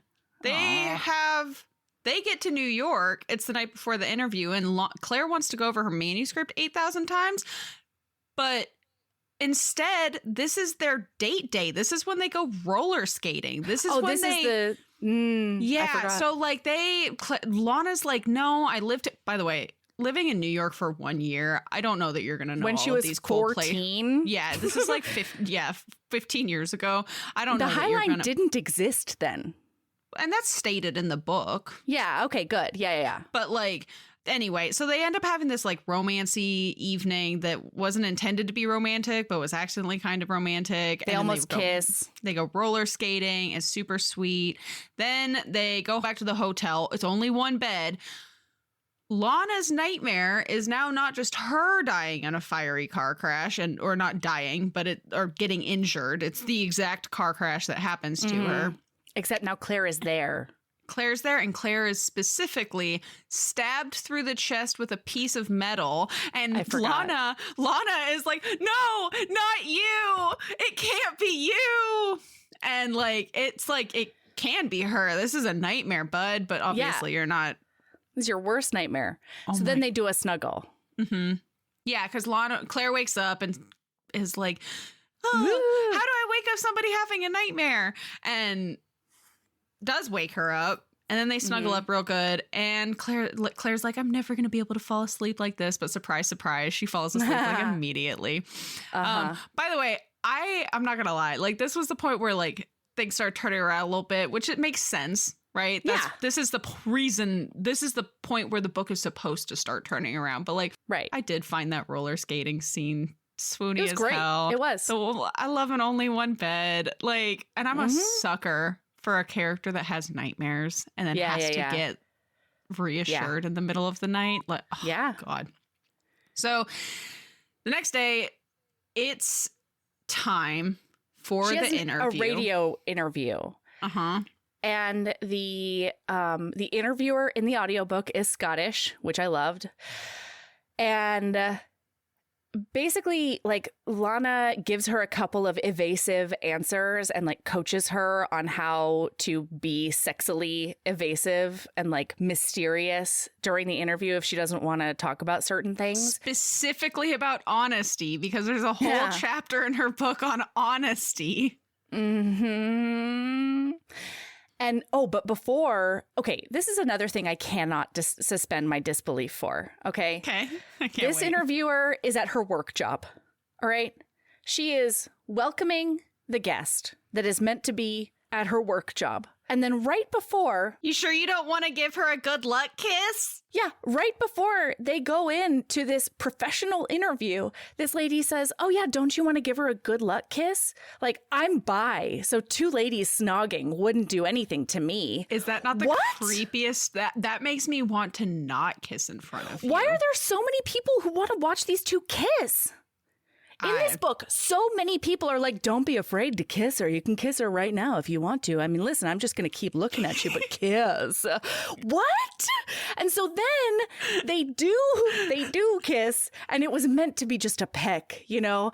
And then it turns into a full-on makeout until Claire they come out of... moans. No. Yeah. I'm sorry. No. Claire moans. I couldn't go on that interview after that. I'd be so mortified. I would go I would go let myself get run over by all of those roller skaters. Like I would sink through the floor. You would never see me again. I would disappear into the forest and never come back. What are you doing? I don't care if you're supposed to be showing off a healthy relationship. You can have a really healthy relationship and also not moan in front of strangers. At your work job. At your work job. Also, I just need to comment on this because, like, I know that we've spent a lot of time in the first half of the book. There are a lot of moments in the second half of the book that are so swoony and we just don't, like, that I really liked. And, like, we just don't have the time to go over them. And so instead, we're going over the things that we need to talk about with each other because, and most of them are, oh God, moments. Yeah, Sabrina really liked them, and I enjoyed them. It did not outweigh all of the rest of it, is all it's for fine. Me. And that's fine. It's just we just don't have time. And it's frankly, Mel, it's these moments that I want to gab with you about more. You know what I mean? It's so much more fun to talk with you about because we could be like, yeah, there were swoony parts, and like this was swoony as hell. And I have a lot of highlights, but like I needed to talk to you about that moan. Like, what? Okay, so then they do the interview. It's fine. Then they have to go immediately to lunch with this prospective publisher. And when they show up, oh my God, it turns out that in the very beginning of emails, Claire told Bridget Huge. By the way, it is stated that it's Huge. Ironic. Her last name is Huge because she is a tiny lady. She's also a little lesbian, which is adorable. But apparently at the very beginning of their emails, Claire told Bridget Huge that her fiance's name was Abby. And now she's introducing Alana. And then Lana and Claire locks up. Claire just drops the ball. Claire's just standing there because she totally headlights. forgot. She totally forgot that she had said that. And frankly, the reason Bridget remembered it is because, unfortunately, her wife's name is also Abby. So, of course, you're going to, how interesting. And then Lana whips this lie out of her ass. Oh, amazing. Well, it's actually, my first name's Abigail, but my sister's named Gabby. So Abby was out of the question. So I usually go by Lana. Why, in that case, would Claire put in the email Abby? Why would she do that? I don't know. I have so many notes in here where, like, in scenes like this, where my note is, how is this not blowing up in their face immediately? Yeah. So then they tell the lady, Mel, the ladies, like, when are you getting married? And Lana or Claire's like in June. No. Claire first has no idea what she's talking about because she's thinking publication date. When are you setting a date? Lana has to be like, honey, she's talking about the wedding. Isn't she so cute? She's so cerebral. Yeah, and then it's like, oh, it's in June. And Bridget, like a weirdo, says, oh, you mean tomorrow? And they're like, no, next June. Next June. And guess what? When Bridget says, oh, so you're doing a long engagement? The answer is yes. We're doing a long engagement instead of Lana out of nowhere being like, it's actually because my sister's deployed. And when she gets back, we want her to be at the wedding too. Oh, what branch? Marines? Like... What, Lana? That was a completely unnecessary lie. Well, not to mention that Claire wonders if that's the truth or if it's a lie, and we actually never find out, I don't think, whether or not Gabby is deployed. Is there a Gabby? Is there a Gabby? God, there were so many lies in this entire, like, you live in a river of lies. Yeah. You're going to drown. Yes. You can't even keep straight if you're a girlfriend or a fiance. And now you have to remember that your sister Gabby is deployed until next year and that your first name is Abigail.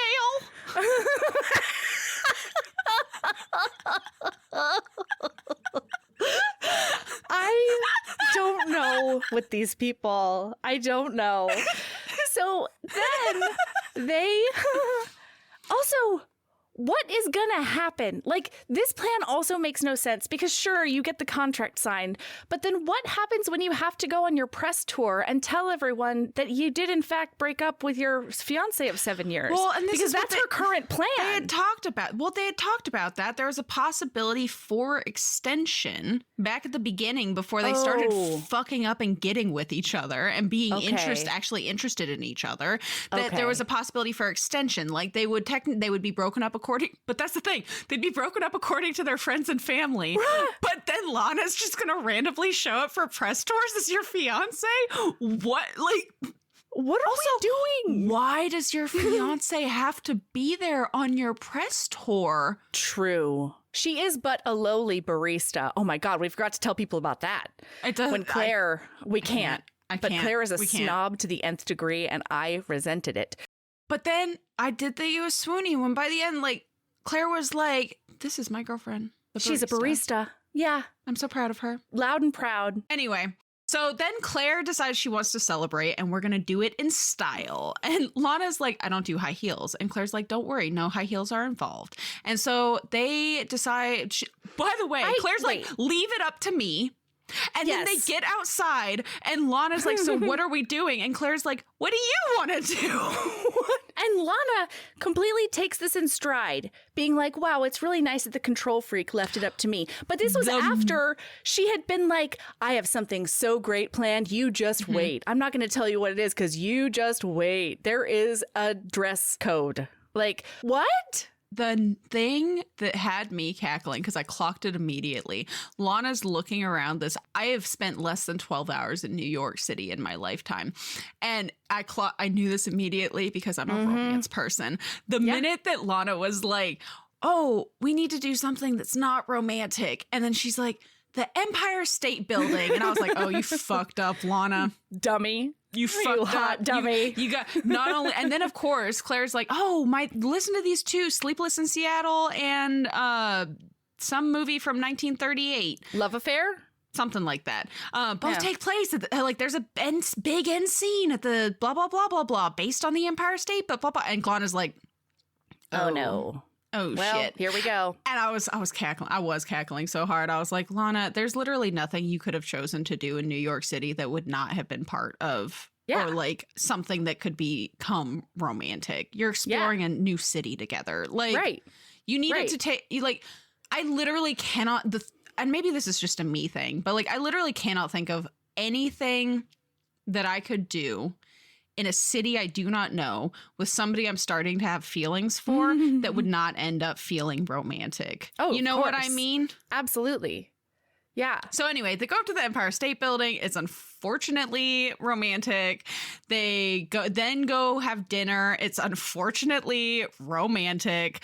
And then they decide to go get some drinks at the cocktail bar upstairs so that they can Which is avoid going back to Also, the room. unfortunately romantic. And not only is it unfortunately romantic, I don't know about you, Mel, but putting a little alcohol in my system.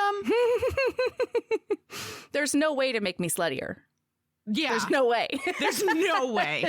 Like, that is a ticket straight to Slut Town.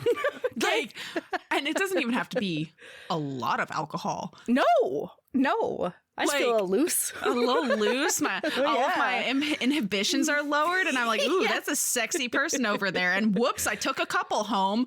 Like, Yes, exactly. Well, and so Lana grabs her hand, pulls her into the room, and she's like, we both want this. Let's do this. Whoa. Hang on. Oh, come on. All right, go ahead. Okay. So they have a couple of drinks, and then in the elevator, they have a wonderful kiss.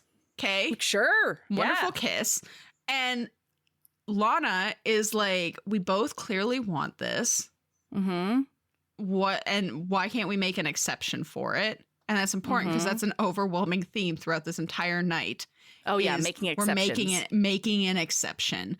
And then they go to the room and it's on TM. Yeah. Fully on. And frankly, It's good sex. it's some of the best sapphic sex I've read in a book. Because, like, Agreed. I feel like a lot of times sapphic sex scenes are a little flat. Like, it's just not it's not spicy generally. I see a lot of montages. I see a lot of like, this was well Okay, described. I did have two issues with this sex that I would like to speak to you specifically about.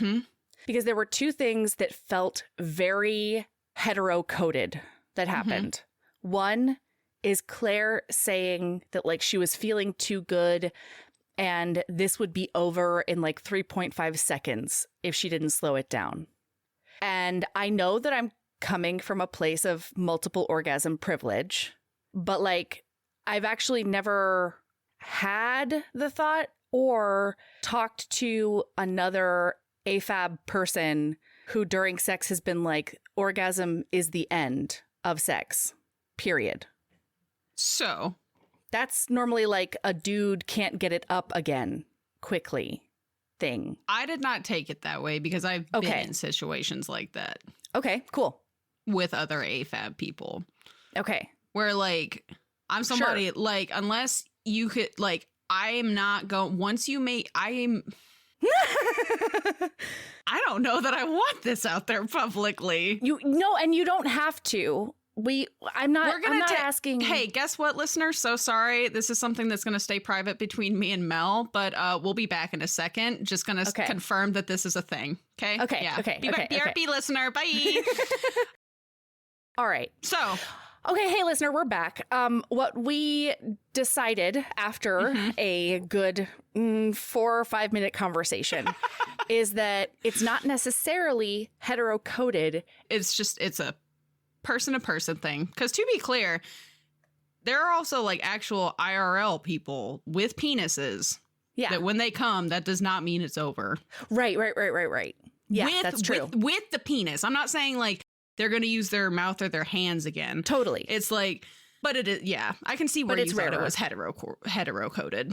I'm glad we had this talk because I'm really glad we had this talk. Okay. What was the other thing about this scene? Oh, okay. This didn't feel hetero-coded, but it was something that I wanted to talk to you about. And it's because on the one hand, I completely understand it and have definitely felt that way quite a bit, but also it makes me sad that I feel that way quite a bit because of overall culture. And that is specifically Claire not wanting Lana to go down on her with her mouth I clocked because she has not like showered all day, and because it's too intimate. But that part I understand. No, what I specifically clocked is that it's because she hasn't shaved in a couple of days. Yeah, like basically she thinks the area needs to be prepared in order for someone to enjoy it. Specifically to put their mouth on it. Right. Yeah, I clocked this because I've had a lot of issues with people having an issue with hair down there. So like this hit me right in the soft spot. Every time Claire was like, and so when later in the book, Lana, I really liked that. Like, I want to talk about that when we get there, but For sure. like, Yeah. That was not a DNF kind of thing, but I did have to put the book down for a second because I'm not going to say word for word what people have said in the past. Because like I've had a lot of one night stands. I've taken a lot of people home with me from like bars and things like that. And it wasn't even looking at oral. It was just comments made. Oh. To the extent of me leaving a person's house. Holy shit. Without anything happening, or me kicking them out of mine without anything happening, because the comments were so egregious. And I don't have a good vibe of whether that's mostly AMAB people or AFAB people saying those things, because most of it, and this is probably a societal thing, most of it was from a societal thing. AFAB people. Yeah. Specifically women identifying people who said the worst things. Seriously? I've never had a terrible thing said by, which is shocking to me. Huh. I've had people like I've had conversations with them where they're like, "That's sure." Granted, and I'm not talking about on dating apps and stuff. This is like in the moment we're going for kind of thing. Cis dudes never had a problem, right? Frankly, I think that he was just happy to be there. You know? Yes. Like, I think that he was just happy to be there. Well, wait, really quick, just in case, because I know that we have a really wide listenership. When we say AFAB and AMAB, that stands for assigned female at birth or assigned male at birth. And it just specifically talks about physical attributes, not necessarily how somebody identifies. And it doesn't take into account intersex or anything like that. No. Yeah. So anyway, just in case anybody out there didn't know, that's what that stands for. So, but yeah, that I clocked that like the minute it came up. I was like, because originally I was super excited because Claire did not have an issue with the fact that she was talking about Lana's curls down there. Yeah. And how wet she was, and it was not a problem at all. Right. But then she felt for herself that it wasn't acceptable. And like, I think Claire is baby. the most judgmental on herself. Like, oh yeah. I think for Claire, like a lot of people, it's a lot easier to forgive and appreciate and enjoy things that she thinks are unacceptable on her own body. And like, we've all been there. Like yes, that's what I said. Yeah. I mean, it's understandable. It just makes me sad. We are so much harsher on ourselves. Especially as women identifying people. Like, society has a lot of shit to say about how our bodies are supposed to look. And that's not to say that that's not true for men as well. But like, yeah. Well, see, and my thing was Claire being like, I haven't showered yet. You know, like, oh no, I haven't showered yet. Like, I don't know how things are down there. And I don't know. Anyway, so Lana goes with it and she's like, cool, we'll just do finger stuff. And it's really good because Lana keeps on edging her and Claire really likes that she's taking the control back from her. And then finally Claire can't take it anymore. And so she pushes Lana over and she straddles her and rides her fingers that way. Hot. And Lana thinks it's super sexy that Claire is like, I'm fucking taking control of this. Let's go. And says it out loud. It's great. But then they both get awkward in the morning. Well, before the morning even, they fucking pull the blankets up over themselves and lie side by side. I could picture this in my head staring so at the clearly. And then they both at the same time happened to look over at each other and then quickly looked away. And then Claire is like, hey, so if we're making an exception to the rule anyway tonight, can we extend that to us cuddling to sleep? And Lana's like, hell yeah. And it was super cute. Claire wakes up, has an existential crisis, goes into the bathroom to shower, and refuses to let Lana see her naked now. Literally, it's a whole thing. And then Lana wakes up alone in bed. And she wakes up alone in bed, and Claire has left her the hotel bathrobe just in case she feels the same way. But Lana takes it as, oh, Claire does not want to see my body anymore. She wants it covered up. Yeah. Ugh. Yeah, and it's sad. And then they get on the plane, and it's fucking awkward. And then the next 4 days are awkward, and now she's moving out. And Claire is supposed to be getting that contract, and she realizes that she doesn't want to sign it because that means that once she signs it, her contract with Lana is over. And she and Lana have had a couple of discussions where Lana has said, what if you get into another relationship and you stay in it just because, you don't want to suffer another public breakup? And Claire's like, what? No, I did this because of that. I wouldn't do that to myself or another person. And then Lana's like, well, I think that there's, not for nothing, there's a good chance that you wouldn't even know you're doing it. You just sort of convince yourself that things are good enough because you don't want it to impact the contract. And so Claire knows that that is on the front of Lana's mind all the time. So then basically what happens is Claire decides that she's going to reject the contract because she wants Lana. So what leads up to this, and just the quickest brief overview, is that they both go into the 4th of July party at her parents' house well aware that this is the final night that they have together. This is it. They're never going to be together again after this. And it's so romantic and forced romance because of their family or her family. Yeah. We're this is going to be so romantic. Let's go do this. So they go and watch the fireworks. Yeah. And Lana's holding Claire from behind. Oh, God.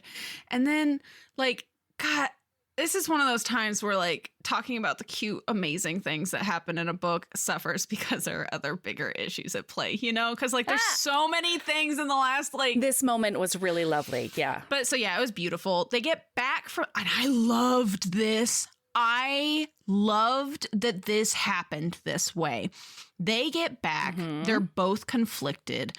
Claire is laying in her bed. Lana says she'll be out the next day, and so she can't sleep and starts packing. And Claire's just laying in bed, staring at this contract on her bedside table, which, Claire, leave work at work, Yeah. Or at least in your home office. But anyway, so then Claire's like, fine, I'm just going to bite the bullet and do it. And she goes to sign. First, she spends a bunch of minutes trying to figure out which pen to use, which one feels the best. And then she goes through and is she starts to puts the pen down, and then she picks it up, and then she puts it down, and then she picks it up. And then as she's about to sign the contract, she remembers some advice that she gave on the talk show and some advice she got from Steph, which is her sister, because she finally confessed that night at 4th of July to her sister that this was all fake. And her sister was like, you guys are so in love, it's sickening.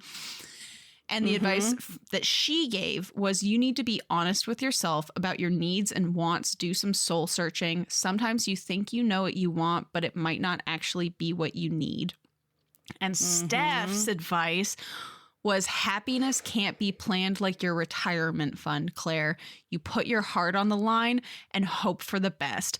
And Claire fucking takes that and runs because in the middle of the night on 4th of July, she emails Bridget Huge and says, I can't sign this contract. I'm so sorry. And then she goes out and finds Lana and is like, I want to be with you.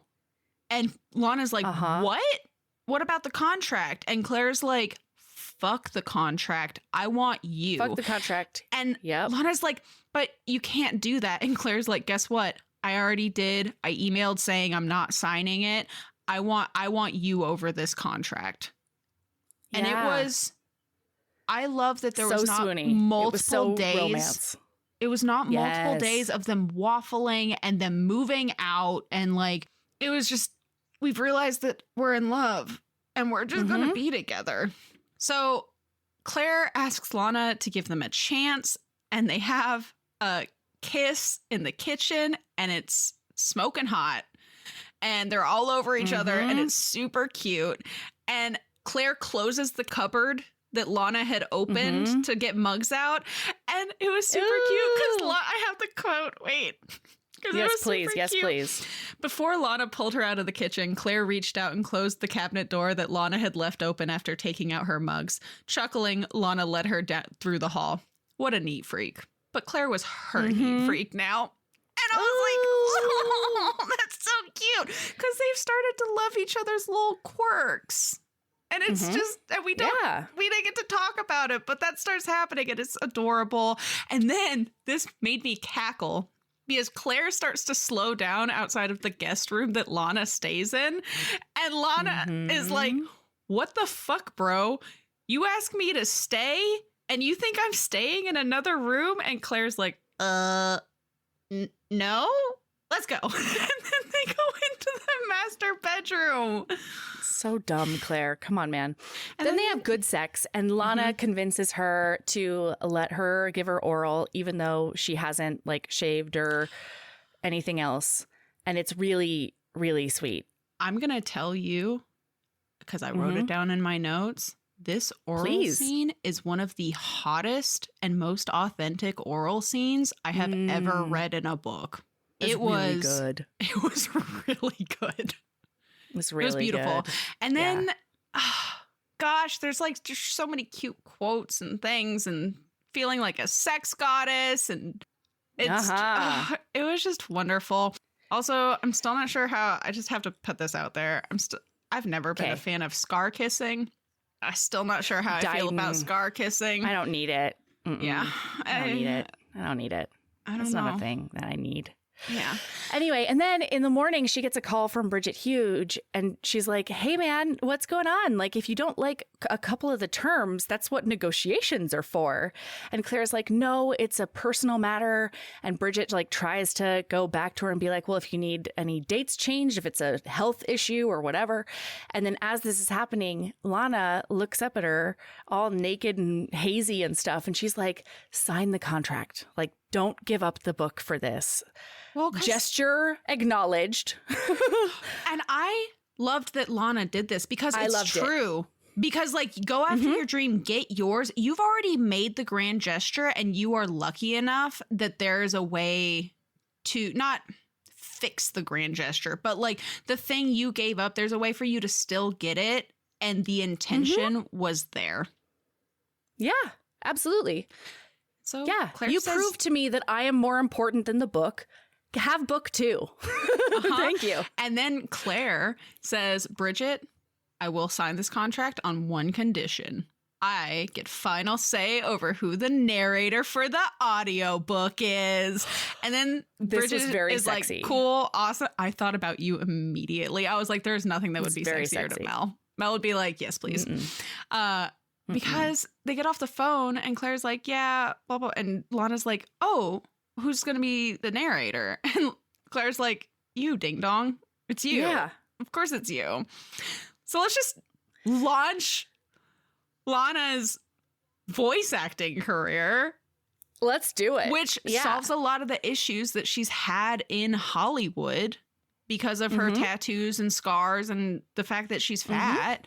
Like, yeah. Well, and so then the epilogue is a year later. They're at their engagement party now. And It's very cute. Lana has gotten a bunch of work as an actor in different ways. Claire's doing great. Everything's wonderful. And Then that's the end. Jill gets there. Yeah, Jill. Okay. Jill gets there and she's like, guess what? I have good news. Because of your some blah, blah, blah, it doesn't matter. My friend wants you to be the lead in her movie. And and Lana says, wow, what kind of movie is it? And Jill says, it's a romantic comedy about a relationship that starts out as fake but quickly grows into true love. Think you can play that part? Lana and Claire looked at each other and laughed. You could say the role is tailor-made for me. Which their friends don't understand because they've decided to keep them in the dark forever. Not a year ago, they'd had a long discussion and had finally decided not to tell their friends about how their relationship had really begun. They didn't want to hurt their feelings or make them feel as if they didn't trust them enough to tell them the truth from the start. And they also tie up that Claire's colleagues think Lana's a lawyer because apparently she was method acting a part to be a lawyer. I don't know. I had a lot of questions, but it's fine. That's so LA. It's so LA though. Mel, before we fucking leave this book, you probably don't have the same feelings about this that I do.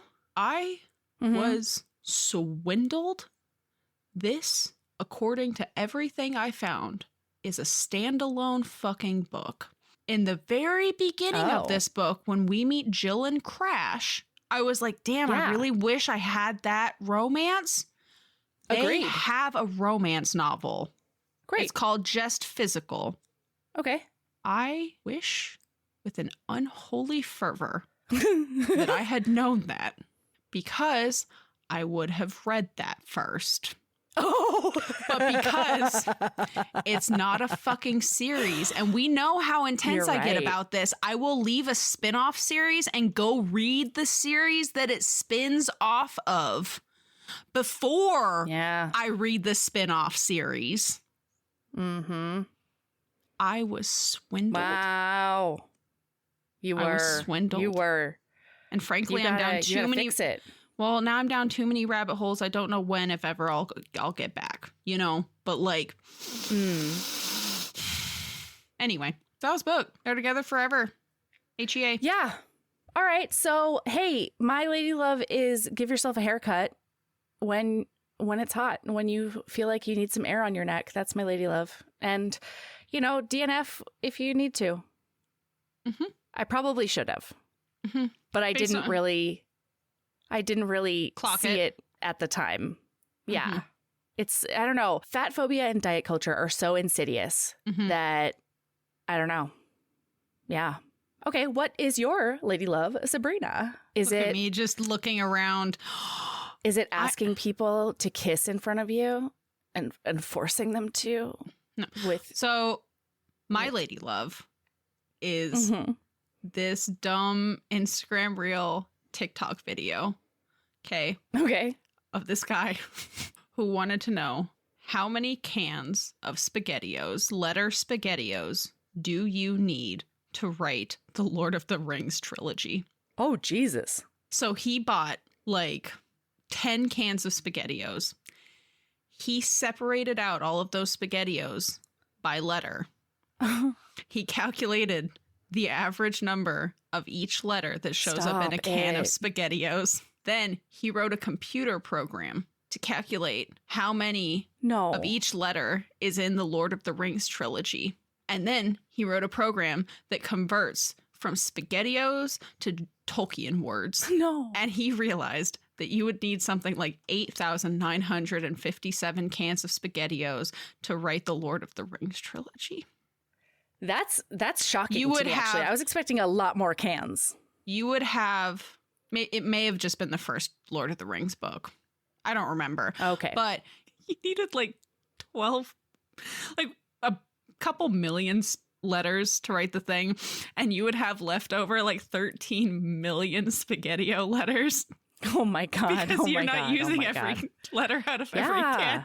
And I have watched it so many times. I have shown it to so many people. I can't believe I forgot to send it to you. I have talked about it at D&D. I have talked about it to random people. This is my special interest right now. That video is my special interest.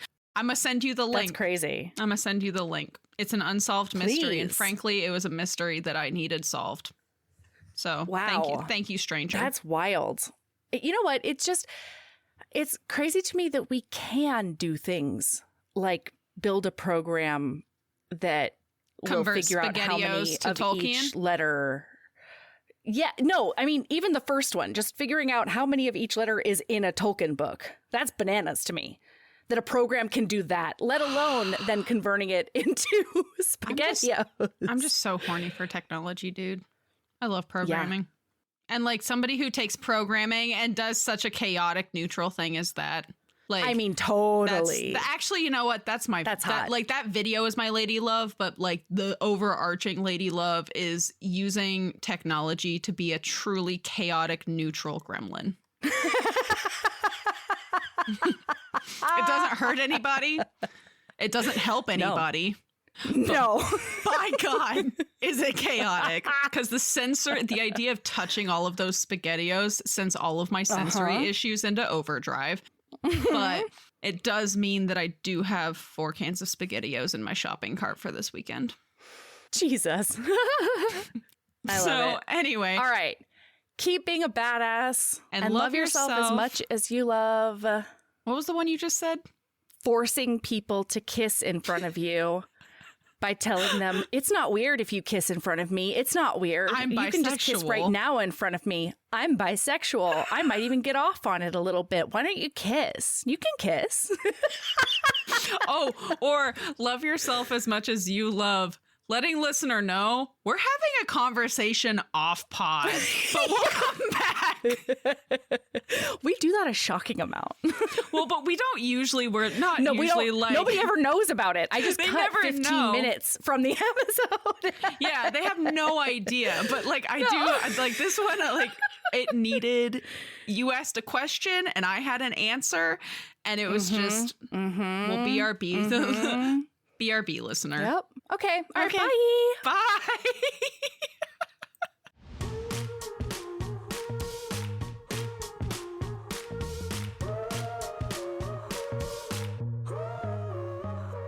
Heaving Bosoms is produced by us, Melody Carlisle and Sabrina Bradley. Editing is done by Melody Carlisle. Our theme music is by the incredible singer-songwriter Brittany Fonts, and our art is by ultra-talented author Kate Pryor.